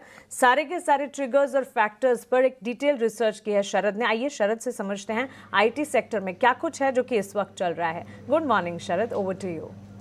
Good morning Mansi. तो सबसे पहले जो है आईटी सेक्टर में हम कहेंगे कि बहुत ज़्यादा बुलिशनेस जो है देखने मिल रहा है, स्पेशली जो सेकंड हाफ है यहाँ पे जो है डिमांड में इम्प्रूवमेंट देखने मिल सकती है, खास करके एआई को लेके। अब देखा जाए तो कल इम्पॉर्टेंटली यूएस के जो है इन्फ्लेशन डेटा आया, ये इनलाइन था एक्सपेक्टेशन से। उसके कारण नास्डैक जो है पहली बार 20,000 के जो आंकड़ा है उन्होंने पार किया, लाइफ टाइम हाइस को टच किया। और ओवरऑल जो एआई सेगमेंट की जो रैली है वहाँ पे एक अच्छी फ्यूलिंग देखने मिल रही है, और जितने भी बिग टेक स्टॉक्स जिसे कहते हैं उनमें एक अच्छी रैली देखने मिली है। इसके अलावा रुपए में गिरावट के कारण जो हमारे आईटी कंपनीज़ होते हैं जिनके एक्सपोजर ज़्यादा होते हैं उनमें भी जो है बहुत अच्छी मोमेंटम देखने मिल रही है। और निफ्टी आईटी इंडेक्स तो कल के ट्रेडिंग सेशन में भी रिकॉर्ड हाई लेवल्स को टच किए हैं। आईटी कंपनीज़ की वैल्यूएशंस की भी बात कर लेते हैं। ऑफ कोर्स थोड़ी सी करेक्शन के बाद वैल्यूएशंस भी अब थोड़ी इसमें पिकअप देखने मिल रही है। टीसीएस का 30 फॉरवर्ड पी चल रहा है 12 मंथ्स का, वही इन्फोसिस, एचसीएल टेक, विप्रो और टेक महिंद्रा ये भी ज़्यादा दूर नहीं है, 25 से लेकर 29 टाइम्स जो है फॉरवर्ड पी पे ट्रेड मार रहे हैं। एक साल के रिटर्न्स की बात करें तो यहाँ पे देखें कि अच्छी रिटर्न्स आई है। निफ्टी आईटी इंडेक्स में 18% का गेंद आया है, वही है टीसीएस में 20%, इन्फोसिस में 33% और HCL tech, Wipro, tech Mahindra जैसे दिग्गज स्टॉक्स में भी 40% या उससे ज़्यादा गेंस देखने मिली है। तो गेंस भी आए हैं, तो इसका मतलब ऑफकोर्स टारगेट प्राइस जो पोटेंशियल है वो थोड़ी कम ज़रूर हो गई है, बट ओवरऑल बुलिश नज़रिया देखने मिल रहा है। खास करके उनके जो थर्ड क्वार्टर के कमेंट्रीज आने वाले हैं जेनएआई को लेके, या जिस तरह जो स्पेंड्स होते हैं आईटी कंपनीज़ के दिसंबर में जो बातचीत होते हैं नेगोशिएशन अगले साल के लिए, तो उस पर जो है बहुत ज़्यादा इंपॉर्टेंट नज़र रहनी होगी। बिल्कुल शरद, शुक्रिया आईटी सेक्टर के लिए सारे के सारे ट्रिगर पॉइंट्स हमारे बीच रखने के लिए। तो चाहे छोटी मझौली आईटी कंपनियां या लार्जर प्लेयर्स हो, अच्छा खासा एक्शन हम देख रहे हैं। और ये सारे के सारे डेटा पॉइंट्स भी इस वक्त एक साल के रिटर्न्स अगर आप देखेंगे निफ्टी आईटी के, साथ ही आईटी मेजर प्लेयर्स के आपके स्क्रीन पर आप देख रहे हैं, अच्छे खासे रिटर्न्स यहाँ पर नजर आ रहे हैं। यहाँ से भी फंडामेंटली अगर देखें तो हमारे एक्सपर्ट्स का भी ये मानना है कि पॉजिटिविटी जो है वो बिल्कुल कायम रहेगी। लेकिन चलिए आगे बढ़ते हैं, और इसी के साथ साथ प्री ओपन में बस 1 ही मिनट का समय रह गया है, लेकिन कुछ और स्टॉक्स जो कि आज फोकस में रहेंगे उस लिस्ट में वेदांता की सोमवार को एक बैठक होने जा रही है और 4th इंटरिम डिविडेंड वित्त वर्ष FY25 के लिए। सो क्लियरली कल ऑलमोस्ट 1.5-2% तक के गेंस वेदांता में हमने देखे थे। देखते हैं इनफैक्ट 3% तक की मजबूती नजर आई थी। प्री ओपन में किस तरह के सेंटिमेंट्स वेदांता पे डेवलप होते हैं इस पर खास तौर से नजर होगी। इसके अलावा बाजार में आज निफ्टी के वीकली कॉन्ट्रैक्ट्स की एक्सपायरी का दिन है, टाइट रेंज में बाजार फंसा हुआ है। किरण गुड मॉर्निंग, आपसे जानना चाहेंगे बजाज फाइनेंस पे भी इन दिनों सिटी की एक पॉजिटिव रिपोर्ट आई थी। 8,150 तक के टारगेट से एंटिसिपेट करके चल रहे थे। बजाज ट्विंस, चाहे बजाज फाइनेंस हो या बजाज फिनसर्व हो, ऑलमोस्ट 3% के गेंस फाइनेंस में हमने देखे कल के सत्र में। क्या लगता है आपको, टेक्निकली इनके चार्ट्स कैसे नजर आ रहे हैं? सो पहले तो डिस्क्लेमर पॉइंट ऑफ व्यू से मैं बता दूं कि बजाज फाइनेंस ऑलरेडी हमने लो लेवल 68-6700 के आसपास डबल बॉटम पैटर्न ब्रेकआउट था, तब हमने हमारे क्लाइंट्स और एसोसिएट को डिस्कस किया था, और शायद वहां पर उनकी पोजीशन भी हो सकती है। अब ओवरऑल वो डबल बॉटम पैटर्न जो पैटर्न ब्रेकआउट आया है उसके चलते 72-7300 के टारगेट्स बन रहे हैं, और पिछली बार भी हमने देखा था कि 72-7300 के आसपास कहीं ना कहीं ये रैली फिसल आउट हो जाती है। तो एज ऑफ नाउ कल के सत्र में जो मूव आया है, अपनी सभी इंपॉर्टेंट मूविंग एवरेज को क्रॉस किया है, तो कोई भी डिप आता है या करंट मार्केट प्राइस में 7000 से 7100 के जोन में आप एक्यूमुलेट कीजिए। 7000 के नीचे का आप स्ट्रिक्ट स्टॉप लॉस रखिए, और जिस तरह के चार्ट पैटर्न है 74-7500 तक की एक रैली डेफिनेटली आप एक्सपेक्ट कर सकते हो। अगर उसके ऊपर मार्केट टिकता है तो फिर 8000 तक की टारगेट भी आप देख सकते हो, लेकिन एज ऑफ नाउ 7500 के लिए डेफिनेटली 7000 के नीचे के स्टॉप लॉस के साथ हमें होल्ड रखना चाहिए। अब इसी दौरान अगर मैं बजाज फिनसर्व की बात करूं तो वो अंडर परफॉर्म है comparing to the Bajaj finance. कल ही उसने अपनी 200 मूविंग एवरेज के ऊपर क्लोज दिया है, तो कहीं ना कहीं सेटअप काफी अच्छा है। राउंडिंग बॉटम पैटर्न हम डेली चार्ट के ऊपर देख रहे हैं। मोमेंटम इंडिकेटर हालांकि अभी तक न्यूट्रल जोन में है, तो इतना का कुछ हम फायर मूव्स तो एक्सपेक्ट नहीं कर रहे, लेकिन जिस तरह का राउंडिंग बॉटम पैटर्न ब्रेकआउट है, अगर 1700 का लेवल क्रॉस करते हैं उसके बाद हम यहाँ पे देख सकेंगे कि 1800 तक की एक रैली आ सकती है। तो एज ऑफ नाउ जिनके पास है वो होल्ड रखे, 1700 के ऊपर फ्रेश खरीदारी कर सकते हैं फॉर द टारगेट ऑफ 1800। पिछले बजाज ट्विंस पर ये राय एक बनती हुई, लेकिन आपको बता दें दिल्ली में आज से देश की आर्थिक जगत का सबसे बड़ा कॉन्क्लेव यानी कि IEC इंडिया इकोनॉमिक कॉन्क्लेव का 10वां एडिशन शुरू होने जा रहा है, जिसमें राजनीति जगत से लेकर कॉरपोरेट और बाजार के दिग्गजों का जमावड़ा लगेगा। ये इवेंट जो है वो बस शुरू हो चुका है और मूड चेक कैसा है डिटेल्स के साथ हमारे सहयोगी अंकुर मिश्रा और सुमित अब हमारे साथ जुड़ गए सीधा दिल्ली से। Good morning to both of you. बताएं कैसा मूड माहौल बन रहा है वहां पर, सुमित, अंकुर? जी, मूड और माहौल बिल्कुल वाइब्रेंट है क्योंकि देश और दुनिया का सबसे बड़ा इकोनॉमिक कॉन्क्लेव यहाँ पे शुरू होने वाला है, जहाँ पर ग्लोबल लीडर्स भी हैं, मिनिस्टर्स भी हैं, स्टेट मिनिस्टर्स और चीफ मिनिस्टर्स भी हैं, और न सिर्फ राजनीति से बल्कि राज्यों से भी लोग हैं। सुमित, हमने सुबह से यहाँ पे देखा है कि जमावड़ा शुरू हो चुका है, कुछ ही घंटों में इवेंट शुरू होगा। इकोनॉमी के लिहाज से और ख़ासकर अभी जो अर्थव्यवस्था चल रही है उसके हिसाब से ये इवेंट काफ़ी इंपॉर्टेंट रहेगा। बिल्कुल, जो हमने देखा अभी नंबर्स है GDP के, पर एक नया साल नई उम्मीदें लेके आ रहा है। जितना भी था आज तक 24 जो रहा हमारा, उसके बाद नए साल में बहुत सी उम्मीदें हैं, बहुत से स्टार्टअप्स और इनिशिएटिव्स होने हैं। उस सब को लेकर जो यहाँ पे प्रेजेंट हैं लोग जो मौजूद हैं यहाँ पे, उन सब के हाथों में बहुत पावर है। वो इन्वेस्टमेंट रखते हैं अपने हाथ में, नीति बनाते हैं अपने खुद ही। तो उन सब की जो डायरेक्शन रहेगी वो बहुत इंपॉर्टेंट होगा सुनना कि किस डायरेक्शन में वो भारत को ले जाना चाहते हैं। जैसे भारत का विकसित भारत का गोल है 2047 तक, उसमें इन सब की भूमिका बहुत अहम है। इन्वेस्टर्स यहाँ पे हैं, पॉलिसी मेकर्स यहाँ पे हैं। चलिए आपको ये भी बता देते हैं कि आखिर किन जो बड़ी हस्तियां हैं उनको आप सुनने वाले हैं। तो शुरुआत बिल्कुल वी वैद्यनाथन जी से होगी, उसके बाद कॉमर्स मिनिस्टर पीयूष गोयल, जिन्होंने कई तरीके के बयान दिए हैं पिछले कुछ दिनों में।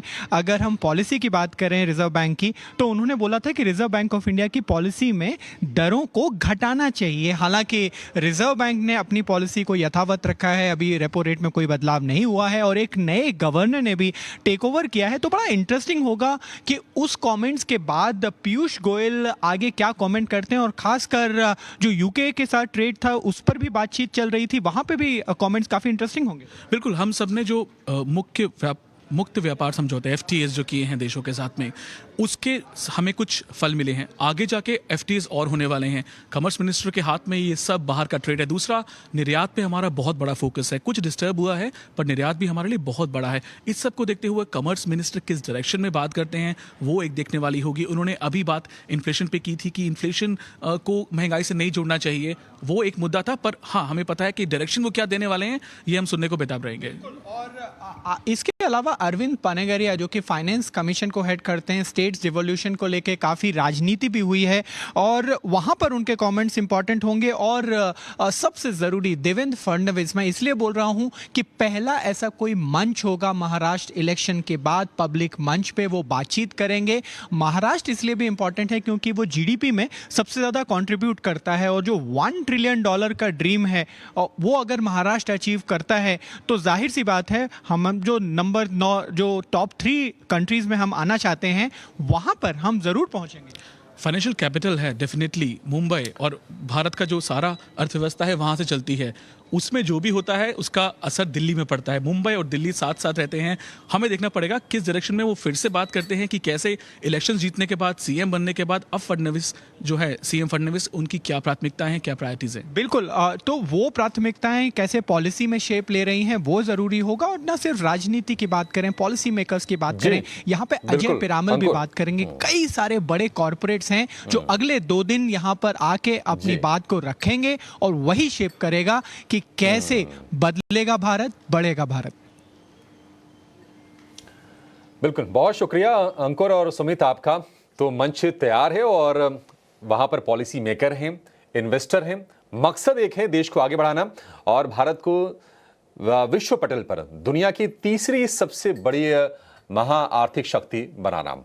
तो देखते हैं, बहुत ही दिलचस्प चर्चाएं होंगी। आप भी ईटी न्यूज़ स्वदेश पर और टाइम्स नेटवर्क पर बने रहिएगा। दिन भर आपके लिए वहां की हम झलकियां लेकर आएंगे और क्या कुछ इंपॉर्टेंट बयान निकल के आते हैं उस पर भी हमारी नज़र बनी रहेगी। तो ये इंडिया इकोनॉमिक कॉन्क्लेव सालाना हमारा आयोजन होता है और बिल्कुल आप इसमें आमंत्रित हैं। आप बिल्कुल शरीक होइए, टीवी के माध्यम से ही सही, लेकिन जुड़िए हमारे साथ ज़रूर। चलिए आगे बढ़ेंगे और कुछ और शेयरों पर जरा चर्चा करते हैं। अवनी जी, एक शेयर जरा आप चेक कीजिए और वो है टोरेंट पावर का। कल भी हमने ठीक ठाक मूव शेयर में देखा है। पावर स्पेस में जरा टोरेंट पावर पर व्यू दीजिए और अगर इसके अलावा कोई और अगर आपको शेयर ठीक लग रहा हो वो भी बता दीजिए आप। जी, टोरेंट पावर का स्ट्रक्चर जो है वो अभी फिलहाल एक रेंज के अंदर फंसा हुआ है और इसमें ऊपर अराउंड 1698 आप 1700 मान सकते हैं। 1700 के ऊपर अगर ये निकल पाता है स्टॉक तो ही हमें एक अच्छी तेजी देखने मिलेगी। या तो यहाँ से मेरे हिसाब से थोड़ा बहुत डिप आ सकता है नीचे की तरफ 1540 तक। इसलिए फिलहाल ये नो ट्रेडिंग जोन में है। अगर ये 1698 का लेवल क्रॉस करता है तो यहाँ पे बाइंग का मौका बनता है। तब तक इसमें ना तो बाय की राय रहेगी ना ही कोई सेल की राय रहेगी। इसके अलावा आप पावर ग्रिड में ध्यान दे सकते हैं। पावर ग्रिड काफी टाइम से बहुत अच्छे से कंसोलिडेशन हो रहा है इसमें और ये जो 50 दिन का और 20 दिन का मूविंग एवरेज है उसके आसपास ही ये कंसोलिडेशन हो रहा है। तो अगर जब भी वॉल्यूम थोड़ा सा पिकअप हो जाए तो मेरे हिसाब से ये पावर ग्रिड में एक मोमेंटम प्ले हो सकता है और ऊपर के तरफ ये 330 के ऊपर जिस दिन भी बंद देगा तो वहां से ऊपर के तरफ अराउंड 345 तक की जगह बनती है। तो आप पावर ग्रिड ये करंट लेवल्स पे एक्यूमुलेट कर सकते हैं। इसमें आपको स्टॉप लॉस लगाना है 318 का और ऊपर के तरफ जो टारगेट रहेगा वो रहेगा 348 और वो एक रेजिस्टेंस है, टारगेट नहीं कहूंगी, वो एक रेजिस्टेंस है। 48 का लेवल अगर क्रॉस होता है तो ये फिर 355 तक चाल दिखा सकता है। 318 का स्टॉप लॉस, 348 का पहला टारगेट अगर वो पार हुआ 355 रुपए तक पावर ग्रिड जाने की क्षमता रखता है। ये शेयर हो गया। एक और एक्सपर्ट हमारे साथ जुड़ गए हैं, कुणाल फरार हमारे साथ। कुणाल जी, बहुत शुक्रिया आपका समय देने के लिए। स्वागत है आपका ईटी न्यूज़ स्वदेश पर। आपके स्टॉक से शुरू कर लेते हैं। बताइए, क्या बाय के ही ट्रेड से कौन से शेयर होंगे? गुड मॉर्निंग आपको एंड जितने भी हमारे दूसरे एनालिस्ट हैं सबको। दो स्टॉक है, भारत फोर्ज और डालमिया भारत, दोनों में खरीदारी करके चलने की सलाह है। जिस हिसाब से फिलहाल मार्केट ट्रेड कर रहा है उसके अकॉर्डिंग भारत फोर्ज की पहले बात कर लेते हैं। खरीदारी करके चलने की सलाह रहेगी 1340 के एसएल के साथ। कल का क्लोजिंग 1379 के अराउंड का है। खरीदारी करके चलिए। 1410 1410 का पहला टारगेट है और वो जैसे ही ब्रेक होता है 1460 तक के टारगेट भी हमें भारत फोर्ज में देखने को मिल सकते हैं। और दूसरा जो कॉल है डालमिया भारत है जो 1964 के अराउंड का क्लोजिंग है। खरीदारी करके चलने की सलाह है 1875 के एसएल के साथ। टारगेट की बात करते हैं तो 2035 का पहला टारगेट है और वो जैसे ही ब्रेक होगा 2145 का अल्टीमेट टारगेट भी हमें ये काउंटर में देखने को मिल सकता है। तो भारत फोर्ज और डालमिया भारत दोनों खरीदारी करके चलने की सलाह रहेगी। डालमिया भारत के लिए टारगेट होगा आपका 2035 का और 2145 का। ये दो टारगेट। 100 रुपये नीचे का स्टॉप लॉस, 1875 का आपको स्टॉप लॉस लगा के चलना है। और भारत फोर्ज के लिए 1410 और 1460 ये दो टारगेट हैं कुणाल जी की तरफ से। हमारे सहयोगी शरद दुबे जुड़ गए हैं 9 के नवरत्न लेकर, यानी कि वो शेयर जो खबरों के दम पर आज एक्शन जरूर दिखाएंगे। शरद, बताइए कौन से स्टॉक्स हैं? जी बिल्कुल, आज आईटी स्टॉक्स में नज़र रखिएगा। टीसीएस, इन्फोसिस, विप्रो, सारे लिस्ट ले लीजिए। अब यहाँ पे जो है इंटरेस्टिंगली नाज़दाक का जो है 20,000 पॉइंट्स जो है इन्होंने जो पहली बार तोड़ा है। ओवरऑल इन्फ्लेशन डेटा इनलाइन आया था। H2 डिमांड कमेंट्री भी आईटी कंपनीज़ की जो है उसमें स्ट्रेंथ दिख रही है, खासकर कि एआई रिलेटेड ऑर्डर्स को लेके क्या पोजीशनिंग रहेगी। रुपी भी अपने रिकॉर्ड लो लेवल्स पे है और निफ्टी आईटी इंडेक्स भी अपने रिकॉर्ड हाई लेवल्स को टच किए है। नाल्को हिंडाल्को भी नज़र में रखिएगा। पॉजिटिव रिएक्शन स्टॉक्स में देखने मिल सकता है। गवर्नमेंट कंसिडर कर रही है कि जो इन्वर्टेड ड्यूटी स्ट्रक्चर का इशू है उसको वो सॉल्व करे और उसके लिए जो है थोड़ी पॉजिटिव रिएक्शन या पॉजिटिव मोमेंटम एल्युमिनियम स्टॉक्स में देखने मिल सकता है। श्रीराम फाइनेंस ने अपनी इंटायर जो स्टेक है 84% स्टेक की बिकवाली को कंप्लीट किया। श्रीराम हाउसिंग में वारबर्ग पिंकस के साथ वही ग्लैंड फार्मा को एक अच्छी न्यूज़ आई है, यूएस एफडीए अप्रूवल मिल गया ब्लड क्लॉटिंग ड्रग का, स्टॉक के लिए पॉजिटिव है। स्ट्राइड्स फार्मा पे भी नज़र रखिएगा, उनकी जो डिमर्ज नाम है वन सोर्स सोल्यूशन वो लिस्ट होगी एक्सचेंजेस में चौथे तिमाही वित्त साल 2025 में, और अगर आप 2 शेयर होल्ड करते हैं तो आपको 1 शेयर मिलने वाली है इस नई कंपनी में। वारी एनर्जीज पे भी नज़र रखिएगा, 170 मेगावाट का सोलर प्लांट जो है कंपनी बिल्ड करने वाली है मध्य प्रदेश के स्टेट में। और इसके अलावा फॉरेन में रिपोर्ट्स भी आ रही है मीडिया हाउसेज से कि यूएस जो है चाइना में जो है बहुत सारे टैरिफ्स लगा सकते हैं सोलर कंपोनेंट्स को लेके, तो उसके कारण जो है डोमेस्टिक इंडियन सोलर एक्सपोर्टर्स को भी बेनिफिट मिल सकता है।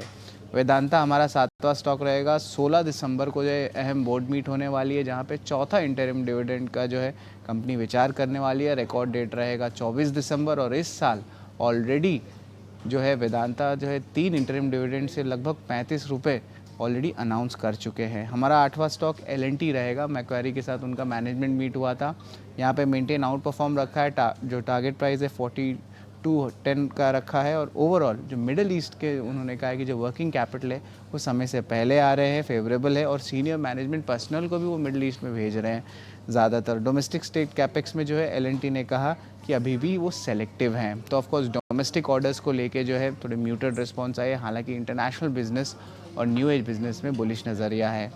और आखिर में बिग बोल्ड ब्रोकरेज में हम कॉनकॉर लेंगे। यहाँ पे गोल्डमैन सैक्स की आई है रिपोर्ट, मेंटेन सेल रखा है, टारगेट प्राइस 710 रुपये प्रति शेयर का है, और वो कह रहे हैं कि अदानी पोर्ट्स को प्रेफर कर रहे हैं अभी, और अर्निंग डाउनग्रेड जो है स्टॉक में और भी देखने मिल सकता है।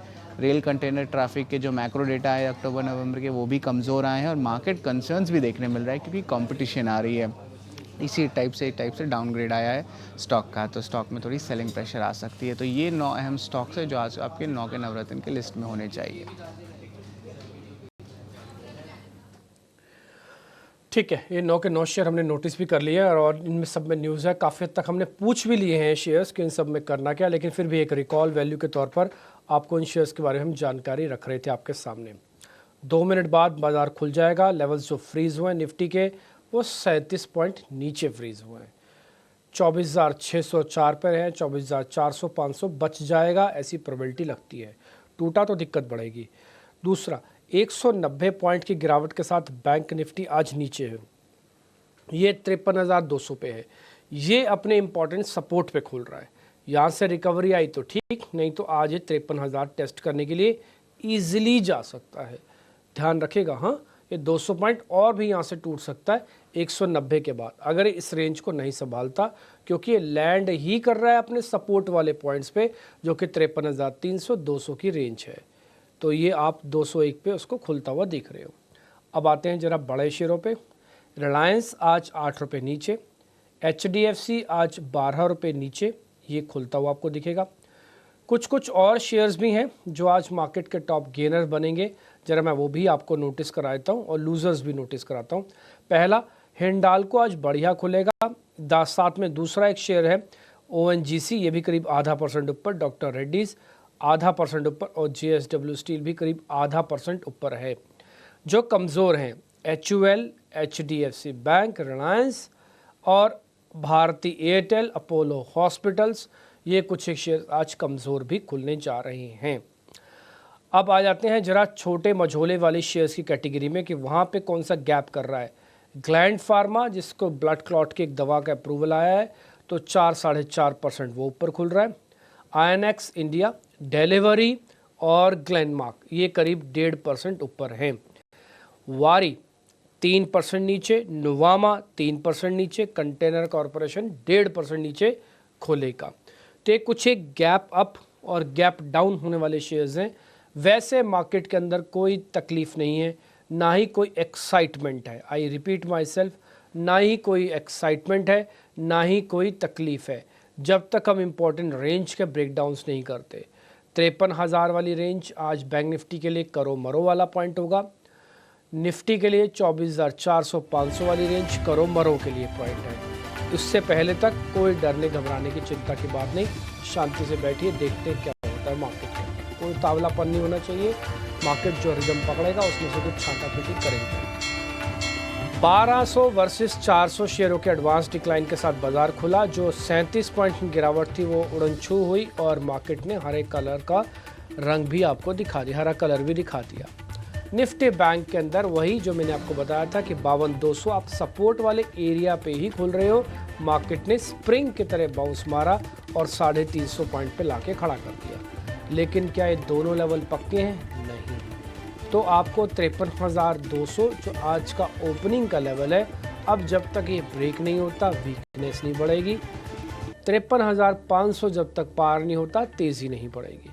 मार्केट के अंदर एक रेंज का और एक डल ट्रेड की तरफ हम बढ़ रहे हैं।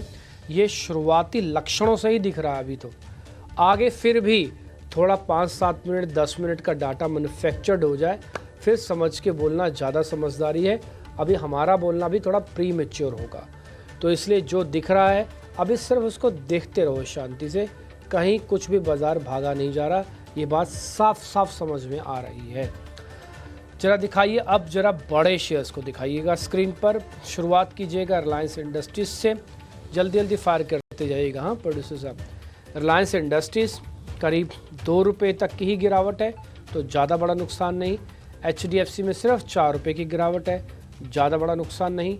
TCS 20 रुपये ऊपर है, ठीक है। दिखाना जरा, इन्फोसिस भी दिखाओ, फटाफट से दिखाते हो।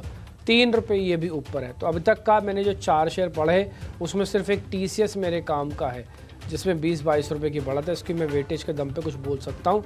और सभी शेयर 0.25% ऊपर नीचे 2-4 रुपये ऊपर नीचे हो रहे हैं। ये 40% वेटेज रखने वाले शेयरों का हाल है। आप उसी से अंदाज़ा लगाइए कि मार्केट में लीडरशिप थोड़ी क्राइसिस है। हाँ, बायसनेस पॉजिटिव है मार्केट का, इसमें कोई दो राय नहीं है। भले वो 10-10 पॉइंट करके जोड़ रहा है, लेकिन जोड़ रहा है, चाहे वो निफ्टी में जोड़ रहा है चाहे वो बैंक निफ्टी में जोड़ रहा है। तो निफ्टी इन ग्रीन अगेन, तो 24,600 वाला मर्यादा इसने भी बांध रखी है अपनी। और bank Nifty also in green, तो वो भी आ चुका है ग्रीन में। तो जो शुरुआती झटका लगा 53,200 का, आज का लो इज इक्वल टू ओपन हो गया। आज का ओपन था 201, आज का लो बना 201। अब जब तक 201 नहीं जाता कोई दिक्कत नहीं, और हो सकता है थोड़ा बहुत मोमेंटम वापस में ऊपर की तरफ मार्केट में आ जाए।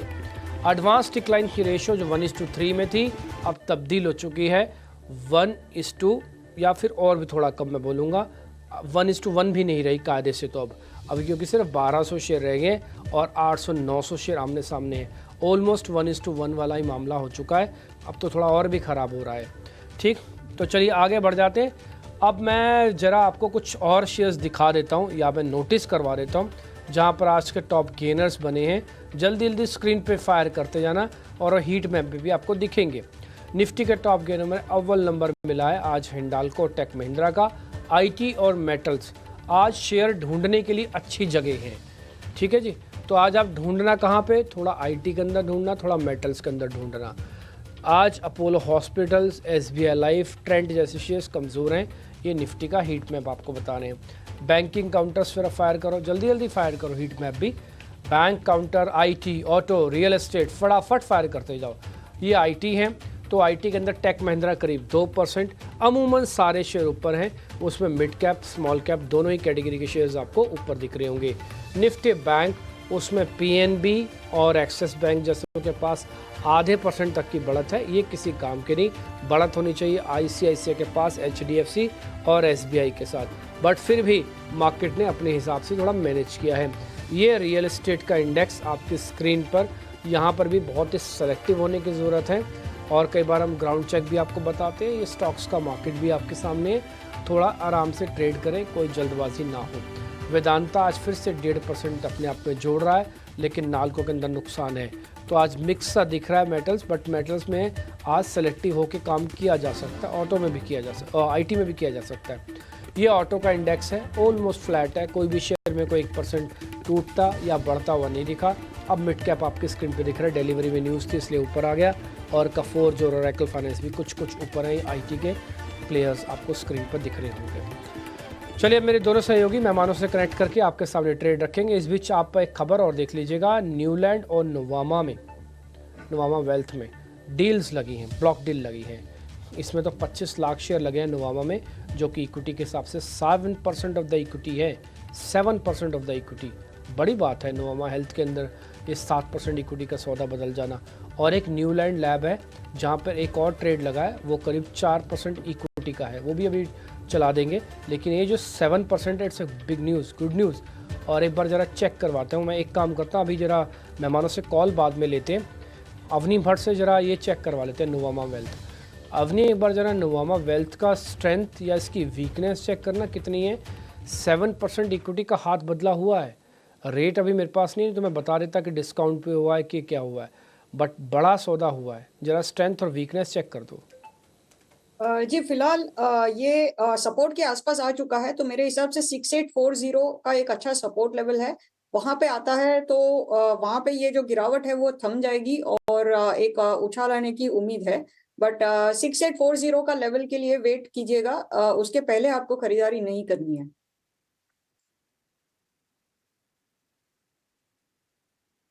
काम करो, आप न्यूलैंड लैब का भी देख लो, वहाँ पर भी ब्लॉक लगा और वो भी क्वांटिटी बड़ी है, 4 लाख से ज़्यादा की। अवनी, आप ही चेक करो न्यूलैंड नोवामा।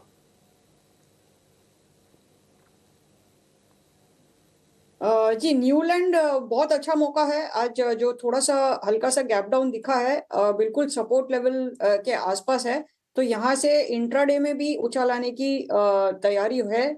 और आप ये करंट लेवल पे खरीदारी कर सकते हैं। इसमें आपको स्टॉप लॉस लगाना है 15,050 का, और ऊपर के तरफ जो मूव है वो 17,050 तक का आ सकता है इंट्राडे में, तो ये एक अच्छा खरीदारी का मौका है।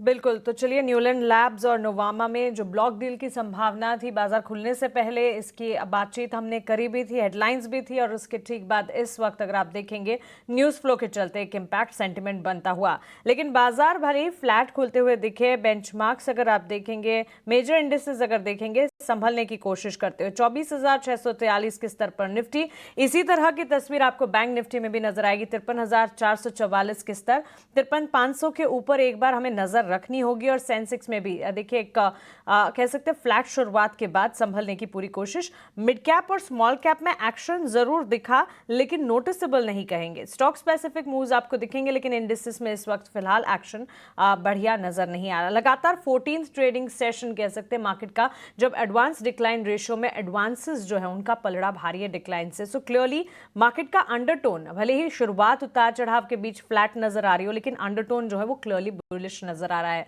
बाजार की शुरुआत और शुरुआत के साथ साथ हमारे एक्सपर्ट्स से उनके ओपनिंग ट्रेड्स अब लेते हैं।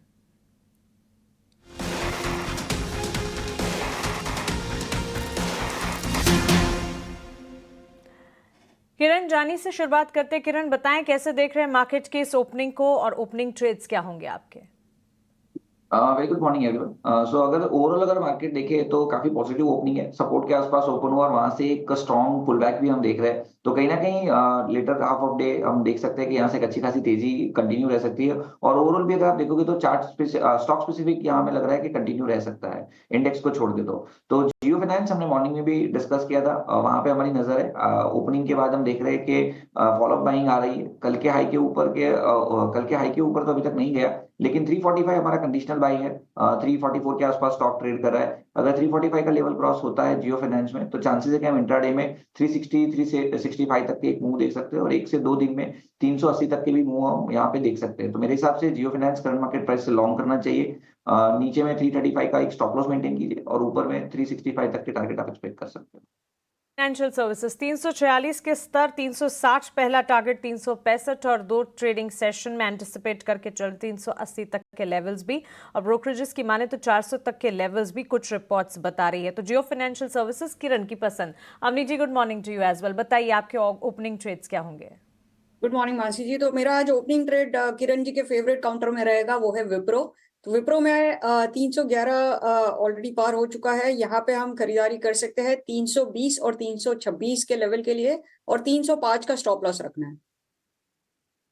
है अवनी जी की तरफ से। आईटी सेक्टर पर नजर भी रखनी चाहिए और आईटी मेजर प्लेयर्स अगर आप देखें वहां पर भी मजबूती के साइंस शरद ने आपको डिटेल रिसर्च कर बताया, और साथ ही मिड कैप आईटी स्पेस पर भी नजर रखें। Stocks like persistent system, Coforge, सारे के सारे स्टॉक्स में अच्छा खासा एक्शन इस वक्त। कैम्स के स्टॉक पर भी एक नजर होनी चाहिए। परसिस्टेंट ऑलमोस्ट 2% की तेजी के साथ ट्रेड करता हुआ। कुणाल, गुड मॉर्निंग, बताइए आपकी तरफ से ओपनिंग ट्रेड्स क्या होंगे? मेरी ओर से एक कॉल है यूनाइटेड स्पिरिट।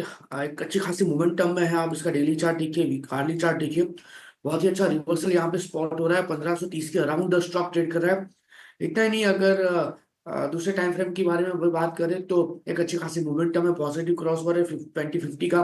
तो यहाँ से खरीदारी करके चलने की सलाह रहेगी 1530 के अराउंड। लोअर लेवल पे जो एसएल मेंटेन करके चलेंगे वो है 1490 का, 1490 का यहाँ पे एसएल मेंटेन करके चलेंगे। टारगेट की बात करते हैं तो 1560 का पहला टारगेट है, जो इसका रिसेट का टॉप भी है। 1560 जैसे ही ब्रेक होगा ऊपरी लेवल पे, हमें वन में 1610 तक के भी लेवल ये स्टॉक दिखाने के लिए रेडी हो जाएगा। तो यूनाइटेड स्पिरिट्स पे फोकस करके चलने की सलाह रहेगी। स्पिरिट्स इस वक्त कुणाल के रेडार पर। तो क्लियरली हमारे एक्सपर्ट्स ने अपने ओपनिंग ट्रेड्स बताए और सारे के सारे ट्रेड्स जो है खरीदारी की तरफ इशारा कर रहे हैं, बाय कॉल्स इनिशिएट करने की राय। तो क्लियरली मार्केट का अंडरटोन जैसे पॉजिटिव है, हमारे एक्सपर्ट्स के रेडार पर भी सारे positive on buy side calls ही नजर आ रहे हैं।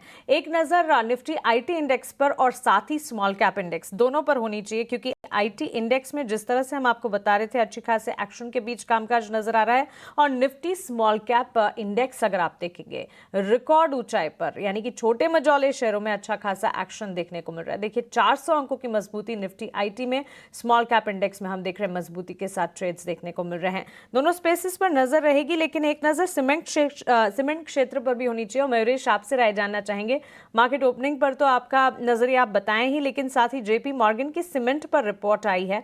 कल के सत्र में हमने देखा था सीमेंट स्टॉक्स में अच्छा खासा एक्शन था। एक्शन आज फिजल आउट होता हुआ जरूर दिख रहा है, लेकिन कमजोर मांग से नॉर्थ में कीमतें बढ़ी नहीं है। अल्ट्राटेक सीमेंट, एसीसी इनके प्रेफर्ड पिक्स रहे हैं। सीमेंट स्टॉक्स को कैसे देखा जाए?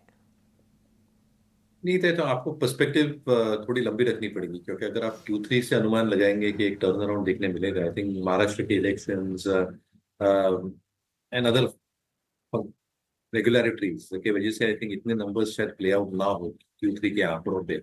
But yes, price hikes is something that we are hearing about have been taken across regions. Consolidation हो रही है पूरी इंडस्ट्री में, अच्छा खासा कैप्टिव पार यूज कर रहे हैं, इसलिए आई थिंक जो energy cost as a percentage है of top line is coming down. Logistics cost is coming down with the clusters that they're probably building in terms of their clinker or grinder units. और इसकी वजह से I think ये सारी चीजें को मद्देनजर रखते हुए जो आई थिंक EBITDA और EBITDA परफॉर्मेंस है but that should show sequential improvement over the next 2 to 3 quarters. So obviously I think जो गवर्नमेंट केपेक्स की बात कर रहे हैं वो अच्छा खासा आ जाएगा, because all these scenarios are largely behind us. और इसलिए I think rural, urban, affordable housing, ports, roads development के लिए वॉल्यूम ग्रोथ का पिकअप भी अगले 2-3 तिमाहियों तक ठीक ठाक रहना चाहिए। तो कहीं ना कहीं आई थिंक स्वीट स्पॉट में है। ऑपरेटिंग लेवरेज शायद प्ले आउट हो, क्योंकि जो यूटिलाइजेशन लेवल्स पे काफी प्लांट्स फंक्शन करते हैं, ये शायद 75-80% के आसपास निकल जाए अगले 2-3 तिमाहियों तक, विच मीन्स एब्सोल्यूट EBITDA पर टन और reported bottom line because of operating leverage ठीक ठाक रहनी चाहिए। तो हमारे हिसाब से आई थिंक जो लीडरशिप स्टॉक्स है इस स्पेस में, अगर वो आप होल्ड करते हैं तो बिल्कुल होल्ड करने चाहिए। We maintain a positive stance और stocks like UltraTech, JK cement, हमें लगता है अर्निंग्स ठीक ठाक रहेगी। और जो हम देखते हैं मार्केट्स में India EPS rating, RS rating, जो काफी पैरामीटर्स है कैंसिल के, ये दोनों स्टॉक्स पे बिल्कुल ओके, तो चलिए सीमेंट क्षेत्र के लिए थोड़ा सा पेशेंस जरूर बनाकर रखना होगा और on a long term play इस सेक्टर पर नज़र होनी चाहिए। लेकिन फार्मा सेक्टर और डिफेंसिव्स, पर्टिकुलरली ग्लैंड फार्मा, अवनी जी आपकी एक राय ग्लैंड फार्मा के चार्ट्स पर चाहेंगे, क्योंकि बाजार खुलने के साथ ही अच्छा एक्शन देखने को मिला है। इनफैक्ट न्यूज़ फ्लो है जिसके चलते ये एक्शन क्लियरली नजर आ रहा है। US FDA की तरफ से कंपनी के एक प्रोडक्ट, एक इंजेक्शन को मंजूरी मिली है। ब्लड क्लॉटिंग के लिए ये इंजेक्शन का इस्तेमाल किया जाता है और न्यूज़ फ्लो ही है जिसके चलते ग्लैंड फार्मा के स्टॉक प्राइस में हम मूवमेंट देख रहे हैं ऑन पॉजिटिव साइड। मजबूती के साथ शुरुआत, 2% की तेजी इस वक्त भी कायम। जी बिल्कुल मानसी, जैसे आपने बताया कि ये जो न्यूज बेस्ड ही मूवमेंट हमें दिखी, लेकिन खुलते ही वहां से ऊपर के स्तरों से काफी प्रॉफिट बुकिंग भी नजर आ रही है ऑलरेडी। तो ये नीचे 1790 तक इंट्राडे में भी आ सकता है। तो मेरे हिसाब से इसमें कोई तेजी के सौदे फिलहाल तो नहीं बनाने चाहिए, क्योंकि अच्छे न्यूज़ को भी इसने ऑलरेडी डाइजेस्ट करके प्रॉफिट बुकिंग की शुरुआत हो चुकी है। तो नीचे 1790 के लेवल तक का वेट कीजिए, वहां पे फिर से एक बार रिव्यू कर सकते हैं। ठीक है, 1790 इसका ये वेट कीजिए। हालांकि आज देखिए हाई इसने बनाया है 1864 का, और वहां से करीब करीब 50-55 रुपए नीचे आकर ये शेयर फिलहाल 2% की तेजी पर ही कारोबार कर रहा है। बाजार में सुस्ती है, लेकिन स्टॉक्स में चर्निंग हो रही है, और खासतौर से अगर आप स्मॉल कैप को देखेंगे तो इंडेक्स नए रिकॉर्ड ऊंचाई पर पहुंचा है, और ये एडवांस डिक्लाइन के रेशियो भी पूरी तरह से संकेत दे रहे हैं। 1200 शेयर तेजी वाले हैं, 1000 से थोड़े से ज़्यादा शेयर कमजोरी वाले इस वक्त दिख रहे हैं। और आज आईटी का सपोर्ट बाजार को अच्छा है। निफ्टी आईटी ने रिकॉर्ड ऊंचाई तो बनाया है। निफ्टी आईटी के सभी 10 शेयर आज मजबूती के साथ कारोबार कर रहे हैं। और यूएस में जो सीपीआई इन्फ्लेशन के जो डेटा आए थे, उससे कहीं ना कहीं उम्मीद बढ़ी थी कि भारत पर भी इसका असर आएगा। नैस्डैक में कल हमने 347 अंकों का अच्छा उछाल देखा था। एक और सेगमेंट बजिंग है, और वो है कैपिटल मार्केट रिलेटेड जो भी कंपनीज हैं, बीएसई हो गया, कैम्स हो गया, सीडीएसएल, यहाँ पर ठीक ठाक मजबूती आ रही है। बीएसई इनफैक्ट टॉप गेनर है करीब 2.5% के आसपास की तेजी के साथ। कुणाल जी, एक बार बीएसई पर व्यू दीजिए, कहाँ तक जाते हुए आप शेयर को देख रहे हैं? बहुत ही बढ़िया मोमेंटम बीएससी के स्टॉक में हमें रिसेंटली देखने को मिली है। एंड जिस हिसाब से स्टॉक फिलहाल ट्रेड कर रहा है, लाइकली चांसेस है आने वाले दिनों में और भी अच्छी खासी मोमेंटम स्टॉक में हमें देखने को मिल सकती है। फिलहाल ये स्टॉक तकरीबन तकरीबन 5705 के अराउंड है। एंड यहाँ से जिस हिसाब से स्टॉक ट्रेड कर रहा है, ऊपर में 6300 तक के भी लेवल देखने को मिल सकते हैं। खरीदारी करके चलने की सलाह रहेगी। लोअर लेवल पे जो एसएल आएगा, वैसे थोड़ा सा लंबा आएगा। एसएल लोअर लेवल पे 5490 का होगा, 5700 के अराउंड होगा, with the for the target of 6300। तो खरीदारी करके चलने की सलाह रहेगी बीएससी में। ठीक है, बीएसई को लेकर ये व्यू 6300 तक के टारगेट, 5700 रुपये के आसपास फिलहाल ये शेयर कारोबार कर रहा है। फ्यूचर्स में भी यही भाव होंगे। एक ज़रा नज़र डालें कुछ और शेयरों पर जहां पर आज हम मोमेंटम बनते हुए देख रहे हैं। एक काम करते हैं, कल्याण ज्वेलर्स जरा अवनी जी चेक कीजिए, क्योंकि ये शेयर लगातार मजबूत हुआ है और फिर से रिकॉर्ड हाइस के आसपास ट्रेड कर रहा है। 6 महीने की अवधि में करीब करीब ये शेयर डबल हो गया है। कैसा लगता है आपको शेयर ये?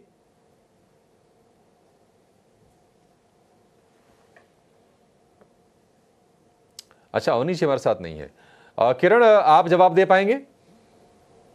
यस, कल्याण ज्वेलर्स की अगर हम बात करें तो जिस तरह से ओवरऑल चार्ट पैटर्न हमें यहाँ पे देखने को मिल रहा है, कहीं ना कहीं एक राउंडिंग बॉटम पैटर्न, एक कंसोलिडेशन पैटर्न ब्रेकआउट हम कंसीडर कर सकते हैं। तो करंट मार्केट प्राइस से लॉन्ग करना चाहिए। एक जो स्टॉप लॉस है, एग्रेसिव स्टॉप लॉस, वो 750 का मेंटेन कीजिए। और जिस तरह के चार्ट पैटर्न है, स्लोली एंड ग्रेजुअली 800 तक के लेवल आप यहाँ पे एक्सपेक्ट कर सकते हो। तो मेरे हिसाब से डेफिनेटली लॉन्ग करके जाना चाहिए।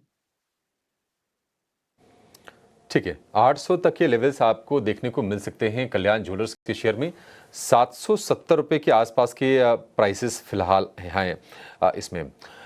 निफ्टी बैंक की अगर हम बात करें, देखिए कल भी हमने एक रेंज का कारोबार देखा था, 200 अंकों के आसपास की गिरावट थी।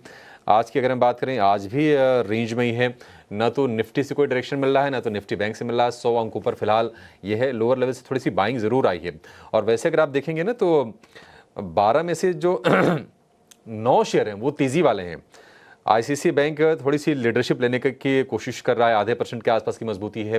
1334-35 रुपये के आसपास का भाव है। बाकी किसी स्टॉक में ऐसा एक्साइटमेंट दिख नहीं रहा है। कोटक बैंक, बीओबी और बंधन बैंक, ये कुछ कमजोरी वाले शेयर हैं। पीएसयू बैंकिंग में एक बार जरा आप पीएनबी का शेयर जरा चेक कीजिए कुणाल जी। पीएनबी, क्या लगता है कि तेजी इसमें बढ़ेगी? अगर पीएनबी के स्टॉक की बात करें, जिस हिसाब से स्टॉक फिलहाल ट्रेड कर रहा है, यहाँ पे मुझे थोड़े से चांसेस कम लग रहे हैं, क्योंकि स्टॉक लगातार पिछले 4-5 दिनों से रेंज बाउंड मोमेंटम में है। ऊपरी लेवल पे देखने जाए तो 111, लोअर लेवल पे देखने जाए तो 160। अगर 111 ब्रेक होता है तो पॉसिबिलिटीज है कि ये स्टॉक वन में ऊपरी लेवल में 128 तक की रैली दिखा सकता है। तो मैं फिलहाल अभी अवॉइड करके चलने की सलाह दूंगा पोजिशनल पर्पज से। 111 ब्रेक होता है तभी खरीदारी करके चले for the target of 128। Lower level पे तब हम यहाँ पे ऐसे मेंटेन करके चलेंगे 107 का। पीएनबी फिलहाल अवॉइड कीजिए। कुछ क्रूशियल लेवल से उनको पार होने दीजिए, उसके बाद ही इसमें ट्रेड बनेगा। मयूरी जी, एक बार आईटी पर फिर से आपसे व्यू जानना चाहेंगे। मैं कुछ पढ़ रहा था कि यूएस में जो आईटी स्टॉक्स भाग रहे हैं, नैस्डैक देखिए 20,000 के ऊपर निकल गया है, रिकॉर्ड हाइस पर है, थोड़ी सी बबल वाली सिचुएशन क्रिएट हो रही है। अब चूंकि उम्मीदों पर ये शेयर चल रहे हैं कि रेट कट वगैरह शायद आएगा, कुछ सरप्राइज हुआ तो आधे % का भी आ जाएगा। क्या आपको लगता है कि और अभी गुंजाइश है आईटी में आगे बढ़ने के लिए, या फिर थोड़े से सतर्क हो जाने की जरूरत है? होना चाहिए, क्योंकि आई थिंक वैल्यूएशंस बहुत महंगे हो गए हैं specifically mid cap IT space के लिए। और कहीं ना कहीं आई थिंक जो कमेंट्रीज है ये बहुत बहुत पॉजिटिव है। काफी कंपनीज ने कहा है डिसरप्टिव टेक जो है इससे ऑर्डर्स बरकरार रहेंगे, ऑर्डर्स तो आते रहेंगे, मार्जिन ठीक ठाक रहेंगे, एग्जीक्यूशन ये ठीक ठाक कर रहे हैं, बट एलिवेटेड लेवल्स पे वैल्यूएशन है। इंटरेस्टिंग फैक्टर एक जो मैंने कहा था अभी मानसी को अ फ्यू मिनट्स बैक, जब नैस्डैक 6 to 7% अपने 50 DMA से एक्सटेंड होता है, जो अभी हुआ है, there is a strong chance of a pullback that can come through. दूसरी चीज, कभी कभी बीच में जो हमने 20-30 वर्षों के डेटा पढ़ा था, जो इंस्टेंसेस देखे थे, कभी कभी एक्सटेंशन 9-10% तक जा सकता है। पर जब भी ये होता है कहीं ना कहीं एक शार्प पुल बैक आता है, तो आई थिंक थोड़ा सतर्क रहना चाहिए हमारे ओपिनियन में। वैल्यूएशंस डेफिनेटली थोड़े महंगे साइड पे, बट जिनके पास क्वालिटेटिव शेयर्स है मिड कैप स्पेस में, बिल्कुल बने रह सकते हैं, but have to be watchful on all these data points that you have to monitor.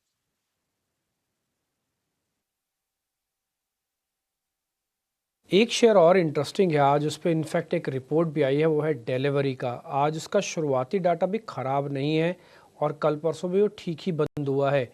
एक बार कुणाल परार आप चेक करेंगे, गुड मॉर्निंग, एक बार ज़रा डिलीवरी को चेक करना, इसकी फ्यूचर वाली पीरियड भी दिखाना। हाँ, डिलीवरी की बात करें, डिम्बेजी 384 के अराउंड है, लगातार अच्छी खासी मोमेंटम हमें स्टॉक में देखने को मिली थी। 329 से ऊपरी लेवल पे 391 के अराउंड है, खरीदारी करके चलने की ही सलाह रहेगी मेरी। नो डाउट आज देखने जाए तो स्टॉक 1.5% नीचे है, लेकिन मैं कहूंगा खरीदारी करके चलने की ही सलाह रहेगी, क्योंकि स्टॉक 50 MA के ऊपर सस्टेन हुआ है। यहाँ से कोई भी गिरावट आती है up to the level of 380, खरीदारी करके ही चलिए। लोअर लेवल पे एसएल आएगा 369 का, सिफर साइड हम 368 का यहाँ पे एसएल मेंटेन करके चलेंगे। टारगेट की बात करें तो बहुत ही अच्छे टारगेट डिम्पी जी यहाँ पे हमें देखने को मिल सकते हैं। सबसे पहला टारगेट जो है वो 400 का होगा, और जैसे ही 400 ब्रेक होगा वन वे रैली में 420 तक के भी लेवल हमें दिखाने के लिए रेडी हो जाएगा। यानी आप कह सकते हो कि 9 से 10% की मोमेंटम देने के लिए स्टॉक रेडी है, तो खरीदारी करके चलने की सलाह है with strict stop loss of 368। ठीक है, तो जो भी लेवल्स आप बता रहे हैं सर, उसको हम सब छापे भी जा रहे हैं सामने सामने। एक शेयर आप और देखो जरा, और साथ में मेरी स्क्रीन भी दिखाना, वह है KPIT टेक का शेयर। इसका बिल्डअप ठीक है और अभी अभी ये अपने क्रूशल 200 दिनों की एवरेज के ऊपर आया है, तो टिपिकली इसने किया ब्रेकआउट है, बट अगर इसमें भी फॉलोअप बाइंग नहीं आई तो ये भी फ्लॉप शो हो जाएगा। मैं उम्मीद करता हूँ कि फॉलोअप बाइंग आ सकती है। ये चार्ट मैं आपको दिखा रहा हूँ, ये डेली बेसिस के बने हुए चार्ट है, और अगर इस चार्ट को मैं थोड़ा और छोटा कर दूँ आवरली, तो अब भी आपको दिखेगा एक बढ़िया मोमेंटम, ऊपर की तरफ बढ़ने वाला मोमेंटम, वो आपको अपनी स्क्रीन पर नोटिस हो रहा होगा। कुणाल परार, एक बार ज़रा आप इस शेयर को देखेंगे, ये शेयर ठीक लग रहा है क्या आपको? वेल डिम्पी जी, बहुत ही बढ़िया स्टॉक है। KPIT टेक 50 MA के ऊपर सस्टेन हुआ है, 1520 के लेवल का ब्रेकआउट भी दिया हुआ है, और जहां तक मुझे याद है 9 दिसंबर को हमने ये स्टॉक या ET Now पे सजेस्ट भी किया था, तब स्टॉक 1540 के अराउंड था। मैं कहूंगा कि 1555 यहाँ पे भी खरीदारी करके चलने की सलाह रहेगी। पहला टारगेट जो होगा वो 1600 होगा, और 1600 जैसे ही ब्रेक करेगा ये वन वे रैली में हमें अच्छी खासी मोमेंटम दिखाएगा, जिसके बेस पे ये 1700 तक के लेवल अचीव कर सकता है। तो खरीदारी करके चलने की सलाह है। रिजेंट लेवल पे हम जो यहाँ पे एसएल मेंटेन करके चलेंगे वो रहेगा 1500 का। ठीक है, डन। एक शेयर आप सर और चेक, हालांकि इसमें भी प्राइस मोमेंटम नहीं आया KPIT के अंदर, बट आ सकता है, ध्यान रखिएगा, कभी भी स्ट्रांग मूव मार सकता है ये, तो जिनके पास पोजीशन है थोड़ा आज प्रिपेयर रहिएगा। ठीक, और एक और शेयर है मैक्स हेल्थ केयर के नाम से। किरण सर, एक बार ज़रा ये शेयर आप चेक करो, मैक्स हेल्थ केयर, इसका भी फ्यूचर वाली प्लेट दिखाना। धीरे धीरे करके बिल्डअप बन रहा है, थोड़ा प्राइस एक्शन भी है, ये कितना और चल सकता है? सो मैक्स हेल्थ केयर की अगर हम बात करें तो ओवरऑल काफी एक अच्छा स्टॉक आपने पिक किया है। डेली चार्ट के ऊपर आप देखोगे तो clear cut ascending triangle pattern breakout हमें देखने को मिल रहा है। कल के सत्र में हमने ब्रेकआउट देखा, आज फॉलो अप बाइंग भी हम देख रहे हैं, और जिस तरह से ओवरऑल मोमेंटम इंडिकेटर है, लास्ट टाइम जो पिक बनाया था उसके ऊपर भी अभी मोमेंटम इंडिकेटर ट्रेड कर रहा है, तो डेफिनेटली प्राइस वॉल्यूम और साथ साथ इंडिकेटर भी यहाँ पे सपोर्ट दे रहे हैं। तो मेरे हिसाब से करंट मार्केट प्राइस से लॉन्ग करना चाहिए, कोई भी डिप आया तो वहां पे भी आप लॉन्ग कीजिए। एक जो ओवरऑल स्टॉप लॉस रखना है वो 1100 के नीचे का आप मेंटेन कीजिए, जब तक 1100 का स्टॉप लॉस नहीं ब्रेक होता है तब तक चांसेस है आप ऊपर में 1220 1250 तक के टारगेट देख सकते हैं। तो रिस्क रिवॉर्ड रेशियो 1:1 है, लेकिन कहीं ना कहीं स्ट्रॉन्ग मूव एक्सपेक्ट कर सकते हैं।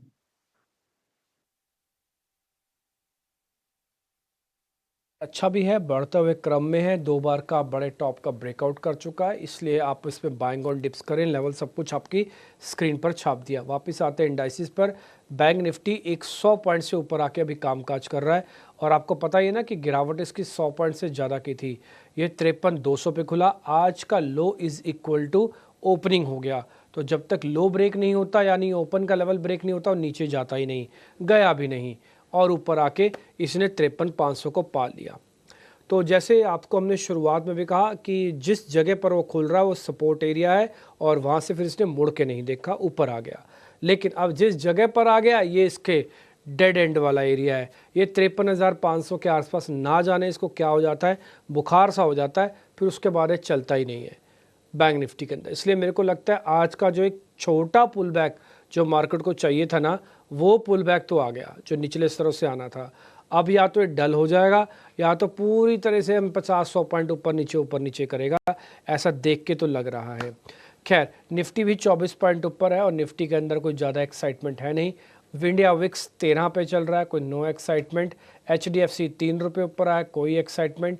रिलायंस इंडस्ट्रीज़ 2 रुपये नीचे, क्या एक्साइटमेंट आएगी।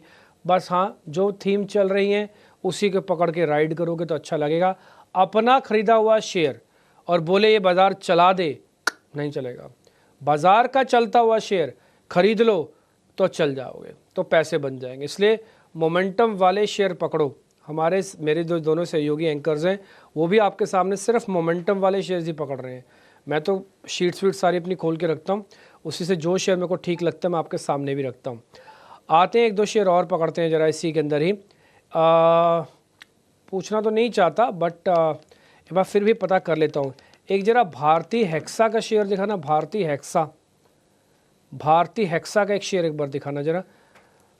एक बार कुणाल परार आप चेक करना, भारतीय हेक्सा के नाम से शेयर है एक। वेल डिम्पी जी, ये स्टॉक में मोमेंटम पॉजिटिव साइड की ही है। फिलहाल स्टॉक का 1432 के अराउंड ट्रेड कर रहा है और खरीदारी करके चलने की सलाह है। लगातार अपर राइजिंग चैनल फॉर्मेशन में स्टॉक ट्रेड कर रहा है, और रिसेंटली लोअर बैक का सपोर्ट भी लिया हुआ है, और 50 MA 20 MA के ऊपर ट्रेड कर रहा है। प्रेजेंट लेवल पे ही खरीदारी करके चलने की सलाह रहेगी, और इस पर तो मार्टिन प्रिक्स थ्योरी, ये स्टॉक में यहाँ से एक अपवर्ड साइकिल देखने को मिल सकती है। 1432 पे आप खरीदिए, लोअर लेवल पे 1388 जो कल का जो लो है वही एक अच्छा खासा सपोर्ट है, तो हम सेपर साइड 1385 का हम यहाँ पे एसएल मेंटेन करके चलेंगे। 1432 चल रहा है, 1385 का हमारा एसएल होगा।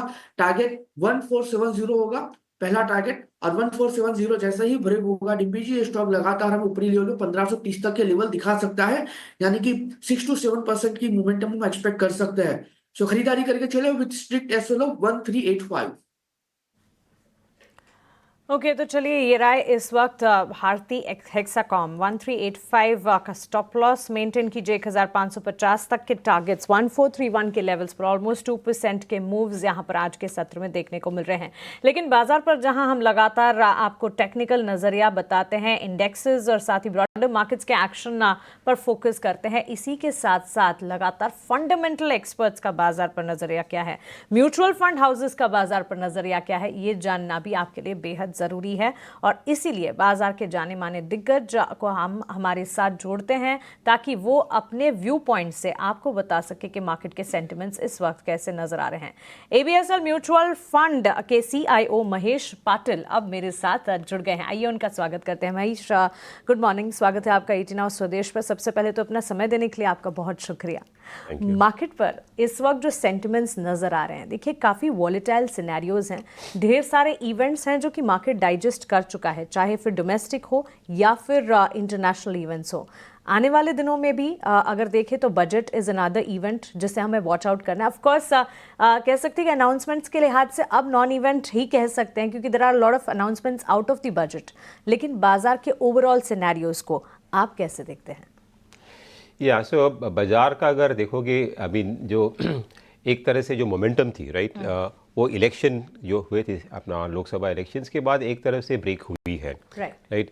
जो एक मार्केट में ट्रेंड चल रहा था कि मार्केट एक तरह से ऊपर जा रहा था without any kind of correction, तो वहाँ पे हमने देख रहा है कि अभी उसके बाद मार्केट में तो करेक्शन हुए बट काफ़ी स्टॉक्स में राइट बड़ी मात्रा में करेक्शन हुए। काफ़ी स्टॉक्स जो होंगे अराउंड 20-30% नीचे ऊपर से गिरे हैं। और जहाँ पे भी अर्निंग्स डिसअपॉइंटमेंट हुई है राइट क्वार्टर में, वहाँ पे हमने देखा है कि मार्केट ने उन स्टॉक्स को काफ़ी भारी मात्रा में पनिश किया है। तो अभी मार्केट यहाँ से एक तरह से सतर्क हो गया है कि रिस्क पहले क्या था कि मार्केट में रिस्क टेकिंग जो था it was getting rewarded right. So अभी काफ़ी सोच समझ के आपको स्टॉक में जहाँ पे रिस्क है और जहाँ पे डिसअपॉइंटमेंट हो सकती है तो वहाँ पे नेगेटिव रिएक्शन भी आ रहा है। तो एक बदलाव आया है मार्केट में लास्ट 3-6 महीने में। और दूसरी तरफ फंडामेंटली अगर बात करें तो कंपनीज़ की जो अर्निंग्स ग्रोथ है और निफ्टी की भी अगर अर्निंग्स ग्रोथ की अगर बात करते हैं तो वो भी जो मोमेंटम थी उसमें राइट वो भी ब्रेक हुई है। तो लास्ट 2 क्वार्टर से हमने देखे हैं कि अर्निंग्स ग्रोथ वीक आई है, अर्निंग्स डिसअपॉइंटमेंट भी आए, कुछ अर्निंग्स डाउनग्रेड्स भी आए। अब में 2-3 साल के बाद हम देखते हैं कि अभी अर्निंग्स डाउनग्रेड आ रहे हैं।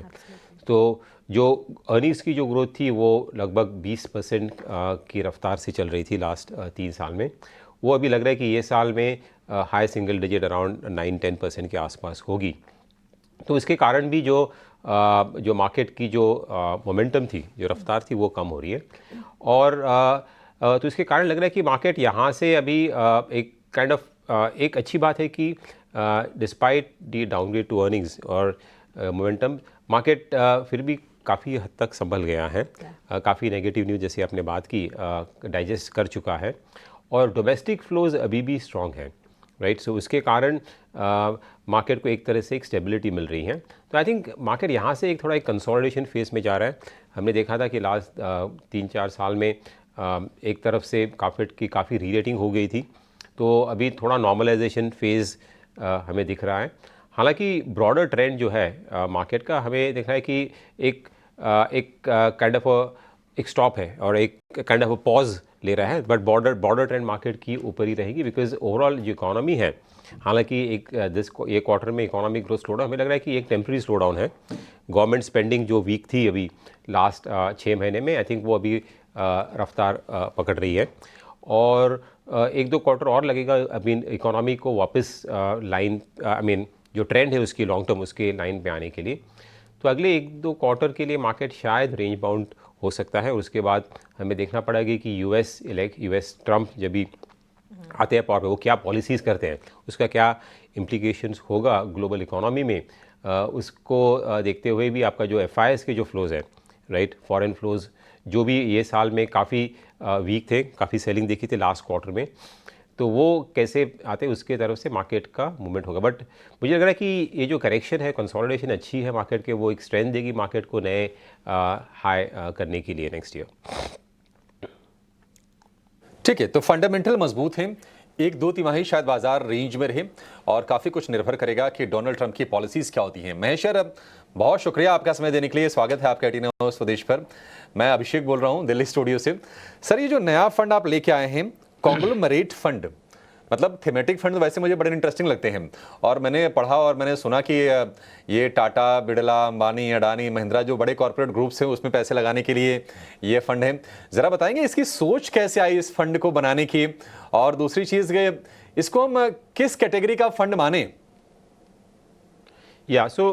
ये आपने सही बात की, ये जो बड़े बिजनेस ग्रुप्स है राइट, सो हमने देखा है कि ये पास्ट में भी जब भी इंडिया में बड़ी इन्वेस्टमेंट और कैपेक्स साइकिल जब भी हुई है राइट, तो ये बड़े ग्रुप सबसे अग्रेसर रहे हैं इन्वेस्टमेंट करने के लिए। तो ये कॉन्ग्लोमरेट्स पास्ट में भी अराउंड 45-50% जो प्राइवेट सेक्टर कैपेक्स हुआ है राइट ग्रोथ के लिए, वो कंट्रीब्यूट किया है। अभी जिस तरह से अभी इंडियन इकोनॉमी पॉइज्ड है, हमें लग रहा है कि प्राइवेट सेक्टर कैपेक्स यहाँ से इम्प्रूव होगा। अभी तक लास्ट 3-4 साल में गवर्नमेंट और PSUs बड़ी मात्रा में कैपेक्स कर रहे थे, बट अभी बड़े ग्रुप्स जो है एक तरह से उनकी जो बैलेंस शीट्स हैं लास्ट 3-4 साल में जो प्रॉफिट्स आए हैं, कैश फ्लोज आए हैं, वो उन्होंने काफ़ी हद तक अपनी डेट को कम करने के लिए इस्तेमाल किया है।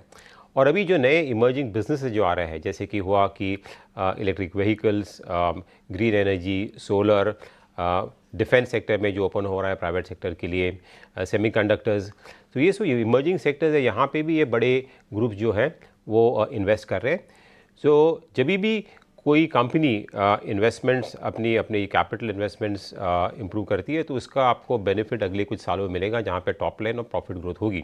तो हमें लग रहा है कि एक ऐसे मोड़ पे खड़े हैं जहाँ पे प्राइवेट कैपेक्स अभी यहाँ से पिकअप होगा और ये बड़े बिजनेस ग्रुप्स जो कंग्लोमरेट्स हम उसकी बात करते हैं वो उसके लिए रिस्पॉन्सिबल होंगे। और एक चीज़ हमें देखिए कि काफ़ी बिजनेस ग्रुप्स में भी जो एनिमल स्पिरिट की जो बात करते हैं, ओके, वो वापस आ रही है। कुछ बिजनेस ग्रुप में जो नए जनरेशन आ रहा है कहाँ पे, और ये बिजनेस ग्रुप्स काफ़ी जनरेशन से है, कई बड़े बड़े जो ग्रुप्स हैं वो कई सालों से हैं। सब लोग ये ग्रुप से जो उनके जो प्रोडक्ट्स हैं, उनके जो सर्विसेज हैं, सबसे वाकिफ़ हैं। तो जब भी ये कंपनीज़ नई कुछ इन्वेस्टमेंट करती है और नया कुछ प्रोडक्ट लाती है मार्केट में, तो उनको एक रेडी मार्केट रहता है, तो उनको आसानी रहती है कि अपनी जो नए प्रोडक्ट्स के लिए और नए इन्वेस्टमेंट्स के लिए एक रेडी मार्केट एक तरह से तैयार रहता है। सो और ये नए जनरेशन जहाँ पे आ रहे हैं वहाँ पे उनकी जो विज़न है, ओके, एक तरह से रिवाइटलाइज कर रही है और थोड़े एग्रेसिव हो रहा है। तो हमें लग रहा है कि आगे जाके इंडिया की जो ग्रोथ होगी उसके लिए ये बड़े ग्रुप्स उनका काफ़ी बड़ा योगदान रहेगा और उसको पार्टिसिपेट करने के लिए ये फ़ंड सही रहेगा। और जहाँ हम बात करते हैं ये थीमेटिक फंड है, बट एक इसकी खूबी ये है कि ये सभी सेक्टर्स में सेक्टर वाइज डाइवर्सिफाइड है, बिकॉज जैसे बिजनेस ग्रुप सभी सेक्टर्स में कोई ना कोई सेक्टर्स में प्रेजेंट है। तो वाइल थीमेटिक होने के बावजूद मैं कहूँगा कि ये फ़ंड एक कोर फंड जो रहता है, जो डाइवर्सिफाइड फंड रहता है पोर्टफोलियो में, उसकी पोजीशन ये फंड ले सकता है क्योंकि ये काफ़ी diversified across sectors. So I think ये एक पोजीशन की वजह से ये एक बड़ी पावरफुल थीम है जो हमें लग रहा है कि एक यूनिक थीम, जैसे आपने बात की, फर्स्ट टाइम इन इंडस्ट्री है। इसके कारण हमें लग रहा है कि जैसे अगर इंडिया स्टोरी आपको खेलनी है तो इसके लिए ये फंड सही रहेगा। Okay, a very powerful theme, unique theme in fact, investment avenue, investment opportunity एक नई खुलती हुई यार हमारे व्यूवर्स के लिए। BSSL म्यूचुअल फंड ने कॉन्ग्लोमरेट फंड लॉन्च किया है। आपको बता दें, बड़े कॉन्ग्लोमरेट की कंपनी में निवेश करेगा ये फंड और फंड का NFO 5 से लेकर 19 दिसंबर के बीच खुला रहेगा। लेकिन साथ साथ महेश आपसे भी जानना चाहेंगे, क्योंकि रिटेल पार्टिसिपेंट्स जो हैं मार्केट की वॉलेटिलिटी जब देखते हैं, they don't really deep dive into the markets like the way you do.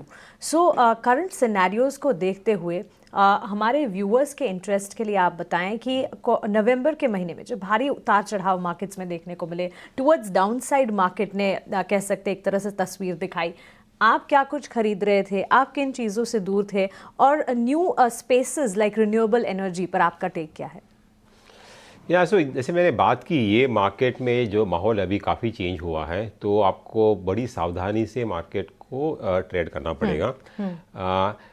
जहाँ पे फंडामेंटल्स वीक है, राइट, जैसे देखा था पहले लिक्विडिटी की वजह से काफ़ी स्टॉक्स ऊपर जा रहे थे, तो आपको अभी ध्यान दे के देखना पड़ेगा कि कंपनीज़ के जो अर्निंग्स जो आ रहे हैं अगले 1-2-3 क्वार्टर के लिए, राइट, वहाँ पे आपको कॉन्फिडेंस है कि नहीं है, राइट। वहाँ पे अगर डिसअपॉइंटमेंट होगी तो वो स्टॉक्स चलेंगे नहीं, हालांकि उसमें काफ़ी नेगेटिव रिएक्शन भी आ सकती है। तो आपको वो एक तरह से सावधानी बरतनी है। और कुछ सेक्टर्स जैसे देखें कि यहाँ पे स्लो डाउन हुई है, कंज्यूमर जैसा सेक्टर्स है, तो वहाँ पे अच्छी कंपनीज़ को भी इस क्वार्टर में देखा है कि उनके नतीजे थोड़े से वीक आए, तो वहाँ पे रिएक्शन। बट आई थिंक एक तरह से आपको क्वालिटी पे फोकस करना भी ज़रूरी है, राइट।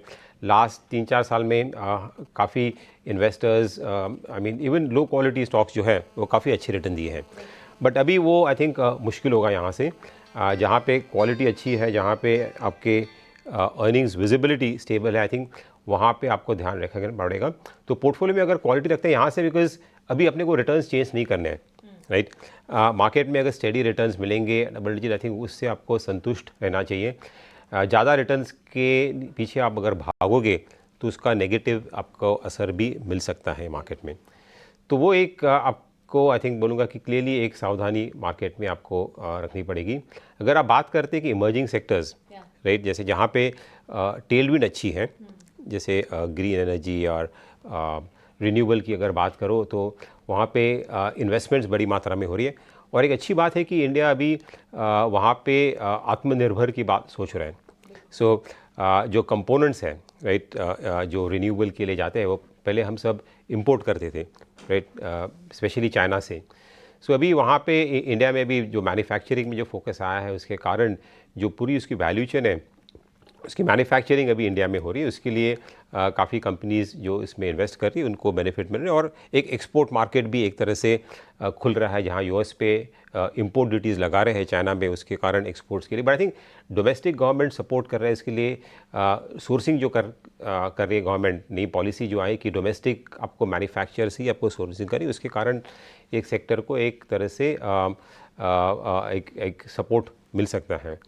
हालांकि ये काफ़ी इमर्जिंग सेक्टर है, यहाँ पे ग्रोथ आउटलुक ठीक है, बट मार्केट काफ़ी टाइम कभी कभी बहुत आगे आपको डिस्काउंट कर देते हैं, तो इनकी जो वैल्यूएशंस है ओके वो काफ़ी ऊपर है। तो वो थोड़ी आपको सावधानी वहाँ पे रखनी पड़ेगी, बिकॉज़ ये कंपनीज़ जो हाई ग्रोथ कंपनीज़ है उनकी जो करंट वैल्यू है वो काफ़ी हद तक जो अगले 3, 4, 5, 6 साल में जो होगा उसके ऊपर निर्भर कर रही है। तो शॉर्ट टर्म में वहाँ पे अगर डिसअपॉइंटमेंट आती है तो आपको वोलेटिलिटी दिख सकती है यहाँ पे। सर, एक आखिरी सवाल आपसे होगा, ये जो चीन में देखिए फिर से स्टिमुलस की बातचीत हो रही है, चीन की इकोनॉमी को मजबूत होने को आप किस तरह से देख रहे हैं? क्या भारत के लिए चिंता की बात है? और दूसरा सवाल ये होगा कि देश की जो कंजम्पशन स्टोरी है, क्या उसको लेकर कोई आप चैलेंज देख रहे हैं? और विद इन कंजम्पशन बास्केट अगर हम आपसे पूछें कि आपके फेवरेट सेगमेंट्स पैक्स कौन से हैं, तो आपकी नज़र कहाँ पर है और सलाह क्या देंगे आप?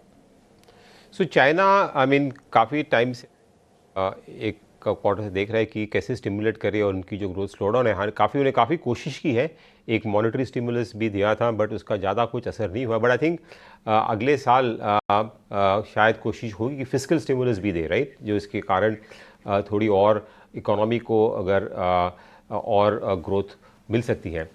चाइना अगर आई मीन एक तरफ से अगर चाइना ज़्यादा स्टिमुलस देता है, वहाँ पे ग्रोथ आउटलुक अगर इम्प्रूव होता है तो इसके दो इम्पैक्ट है। एक तो चाइना मार्केट जो काफ़ी टाइम से अंडर परफॉर्म किया है और थोड़ा अंडर वैल्यूड है, राइट, इंडिया के मुकाबले, तो वहाँ पे फॉरेन जो मनी है FIIs का रुझाव हो सकता है, उसके कारण इंडिया में जो पैसा आ सकता था उसके अंदर काफ़ी रोक आ सकती है, उसका इम्पैक्ट नेगेटिव हो सकता है। और एक कमोडिटी प्राइसेस है, बिकॉज चाइना एक कंज्यूमर ऑफ कमोडिटीज़ है बड़ी मात्रा में। तो कमोडिटी प्राइसेस जैसे हुआ स्टील हुआ, कॉपर हुआ, एल्यूमिनियम हुआ, तो कमोडिटी प्राइसेस यहाँ से ऊपर जा सकती है, उसका कुछ कंपनीज़ को यहाँ पे फ़ायदा होगा। बट बाय एंड लार्ज हम लोग कमोडिटी इम्पोर्टर्स हैं, तो हमारी कंपनीज़ की जो कॉस्ट है वो बढ़ सकती है। बट अगर चाइना की ग्रोथ स्टेबलाइज होती है, राइट, जहाँ बड़ी मात्रा में नहीं बढ़ती है, तो आई थिंक ग्लोबल ग्रोथ अगर ठीक है तो आई थिंक एक तरह से इंडिया के लिए भी और ओवरऑल ग्लोबल मार्केट्स के लिए भी एक अच्छा स्टेबलाइजिंग फैक्टर हो सकता है। बट अगर वहाँ पे स्टिमुलस बड़ी मात्रा में अगर होती है तो शॉर्ट टर्म में उसका नेगेटिव इम्पैक्ट इंडिया के लिए हो सकता है। बिल्कुल महेश, बहुत शुक्रिया आपका हमारे साथ जुड़ने के लिए, सवालों के जवाब देने के लिए, और giving your time and presence, and have a nice day to you. Thank you. So चलिए, यहाँ पर बाजार के जाने माने दिग्गज लगातार बाजार में लॉन्ग टर्म फंडामेंटल्स कैसे नज़र आ रहे हैं, कौन से थीम्स है जिस पर आपकी नज़र होनी चाहिए, इस पर विस्तार से आपको बताते हैं, बातचीत करते हैं आपसे, और साथ ही साथ टेक्निकल और फंडामेंटल नज़रिया भी हम आप तक पहुँचाते हैं। ऐसे में इंडेक्सेस पर इस वक्त फोकस ज़्यादा नहीं होना चाहिए, फोकस होना चाहिए निफ्टी IT इंडेक्स पर, क्योंकि IT सेक्टर में कह सकते हैं out performer, in fact record high छूता हुआ इस सेक्टर 550-600 अंकों बैंकों की मजबूती यहाँ पर आप देखेंगे। मेजर आईटी प्लेयर्स देखें या मिड कैप आईटी स्पेस से जुड़े स्टॉक्स देखें, आज अच्छा खासा एक्शन है। एक्शन जो है नैस्डैक की तरफ से भी आता हुआ दिखा और आईटी सेक्टर के लिए डोमेस्टिक फैक्टर्स एंड ट्रिगर्स कई सारे हैं जो कि प्ले आउट भी कर रहे हैं। तो क्लियरली आज नजर आईटी सेक्टर पर होनी चाहिए। लेकिन चलिए आगे बढ़ते हैं और अब वक्त है हमारे खास सेगमेंट ऑप्शंस के चैंपियन का।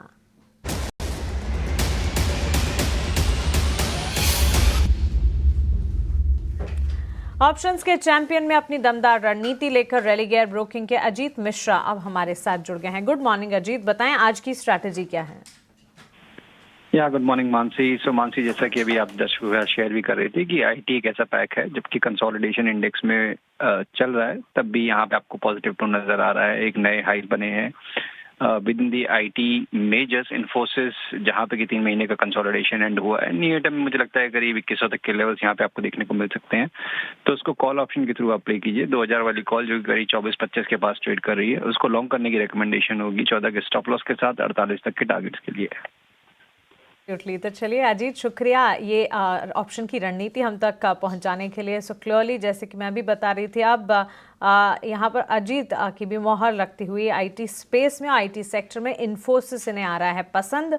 ऑप्शन की रणनीति के तौर पर 2000 की कॉल खरीदने की राय 24 रुपए के दाम पर आपको ये मिलेगी। लक्ष्य इसके 48 के मानकर स्टॉप लॉस 14 का यहाँ पर आपको लगाना होगा। इस कॉल को अगर आप प्रैक्टिस करते हैं, अधिकतम मुनाफा 9600 का देखने को मिल सकता है और साथ ही अधिकतम नुकसान जो है वो भी आप देखेंगे आपके स्क्रीन पर। लेकिन एक स्टैंडर्ड डिस्क्लेमर आप अपने स्क्रीन पर देख रहे हैं, एफएनओ ट्रेडिंग में 10 में से 9 लोगों को नुकसान होता है। ट्रेडर्स को औसतन 50,000 का नुकसान होता है। घाटा होने के बावजूद 28% ट्रांजैक्शन के रूप में देना होता है। मुनाफा होने पर 15 से 50% ट्रांजैक्शन के रूप में खर्च होता है। सो एफएनओ ट्रेडिंग रिस्की हो सकती है। अपने एडवाइजर से जांच ले, अपने एडवाइजर से एडवाइस ले और उसी के बाद इस स्पेस में उतरे। लेकिन चलिए, जहां निफ्टी आईटी स्पेस पर हम बातचीत कर ही रहे हैं, ऑप्शन की रणनीति में अजीत ने भी अपनी राय दी। कुणाल, एक बार चाहूंगी आप फिर से आईटी स्पेस को रिविजिट करें और इस वक्त, क्योंकि आईटी सेक्टर ही एकमात्र सेक्टर है, फार्मा में और सिलेक्ट मिड कैप प्लेयर्स में अच्छा एक्शन है, लेकिन निफ्टी आईटी आउट परफॉर्म कर रहा है। कोई पर्टिकुलर स्क्रिप्ट, कोई स्टॉक जो आपको पसंद आ रहा है? बहुत ही बढ़िया मोमेंटम आईटी सेक्टर में आज के दिन में देखने को मिली है एंड लग रहा है कि ये मोमेंटम कंटिन्यू हो सकती है। आप टेक कम देख लो, इन्फोसिस देख लो, एक पर्टिकुलर स्टॉक है जहां पे मुझे लग रहा है कि बहुत ही अच्छी मोमेंटम हमें देखने को मिल सकती है। स्टॉक का नाम है टाटा एलेक्सी, जो फिलहाल 7,400 के अराउंड है। ये खरीदारी करके चलने की सलाह रहेगी। लोअर लेवल पे हम जो है यहाँ पे मेंटेन करके चलेंगे। 7,200 का है अभी स्टॉक चल रहा है, कुछ तकरीबन 7,405 का है। 7,200 का आप ऐसे यहाँ पे मेंटेन करके चले, यानी कि 0.3% का एसएल है as per the volatility. Target की बात कर लेते हैं तो पहला टारगेट जो है 7,560 का है, जो इसका रिसेंट का आईबी है। और जैसे ये ब्रेक होगा वन वे रैली में, ये हमें 7,820 तक के भी टारगेट दिखाने के लिए रेडी हो जाएगा। तो खरीदारी करके चलने की सलाह रहेगी टाटा एलेक्सी में। आईटी सेक्टर पर ओवरऑल आउटलुक और इन्फोसिस का शेयर रिकॉर्ड ऊंचाई पर इस वक्त ट्रेड करता हुआ। अभी थोड़ी देर पहले अजीत के रेडार पर भी ये शेयर और टाटा एलेक्सी 7,560, 7,820 दूसरा टारगेट 7,404 के लेवल्स पर यहां से भी खरीदारी के मौके बनते हुए। तो आईटी सेक्टर है जिस पर नजर है। लेकिन चलिए 10 बज चुके हैं।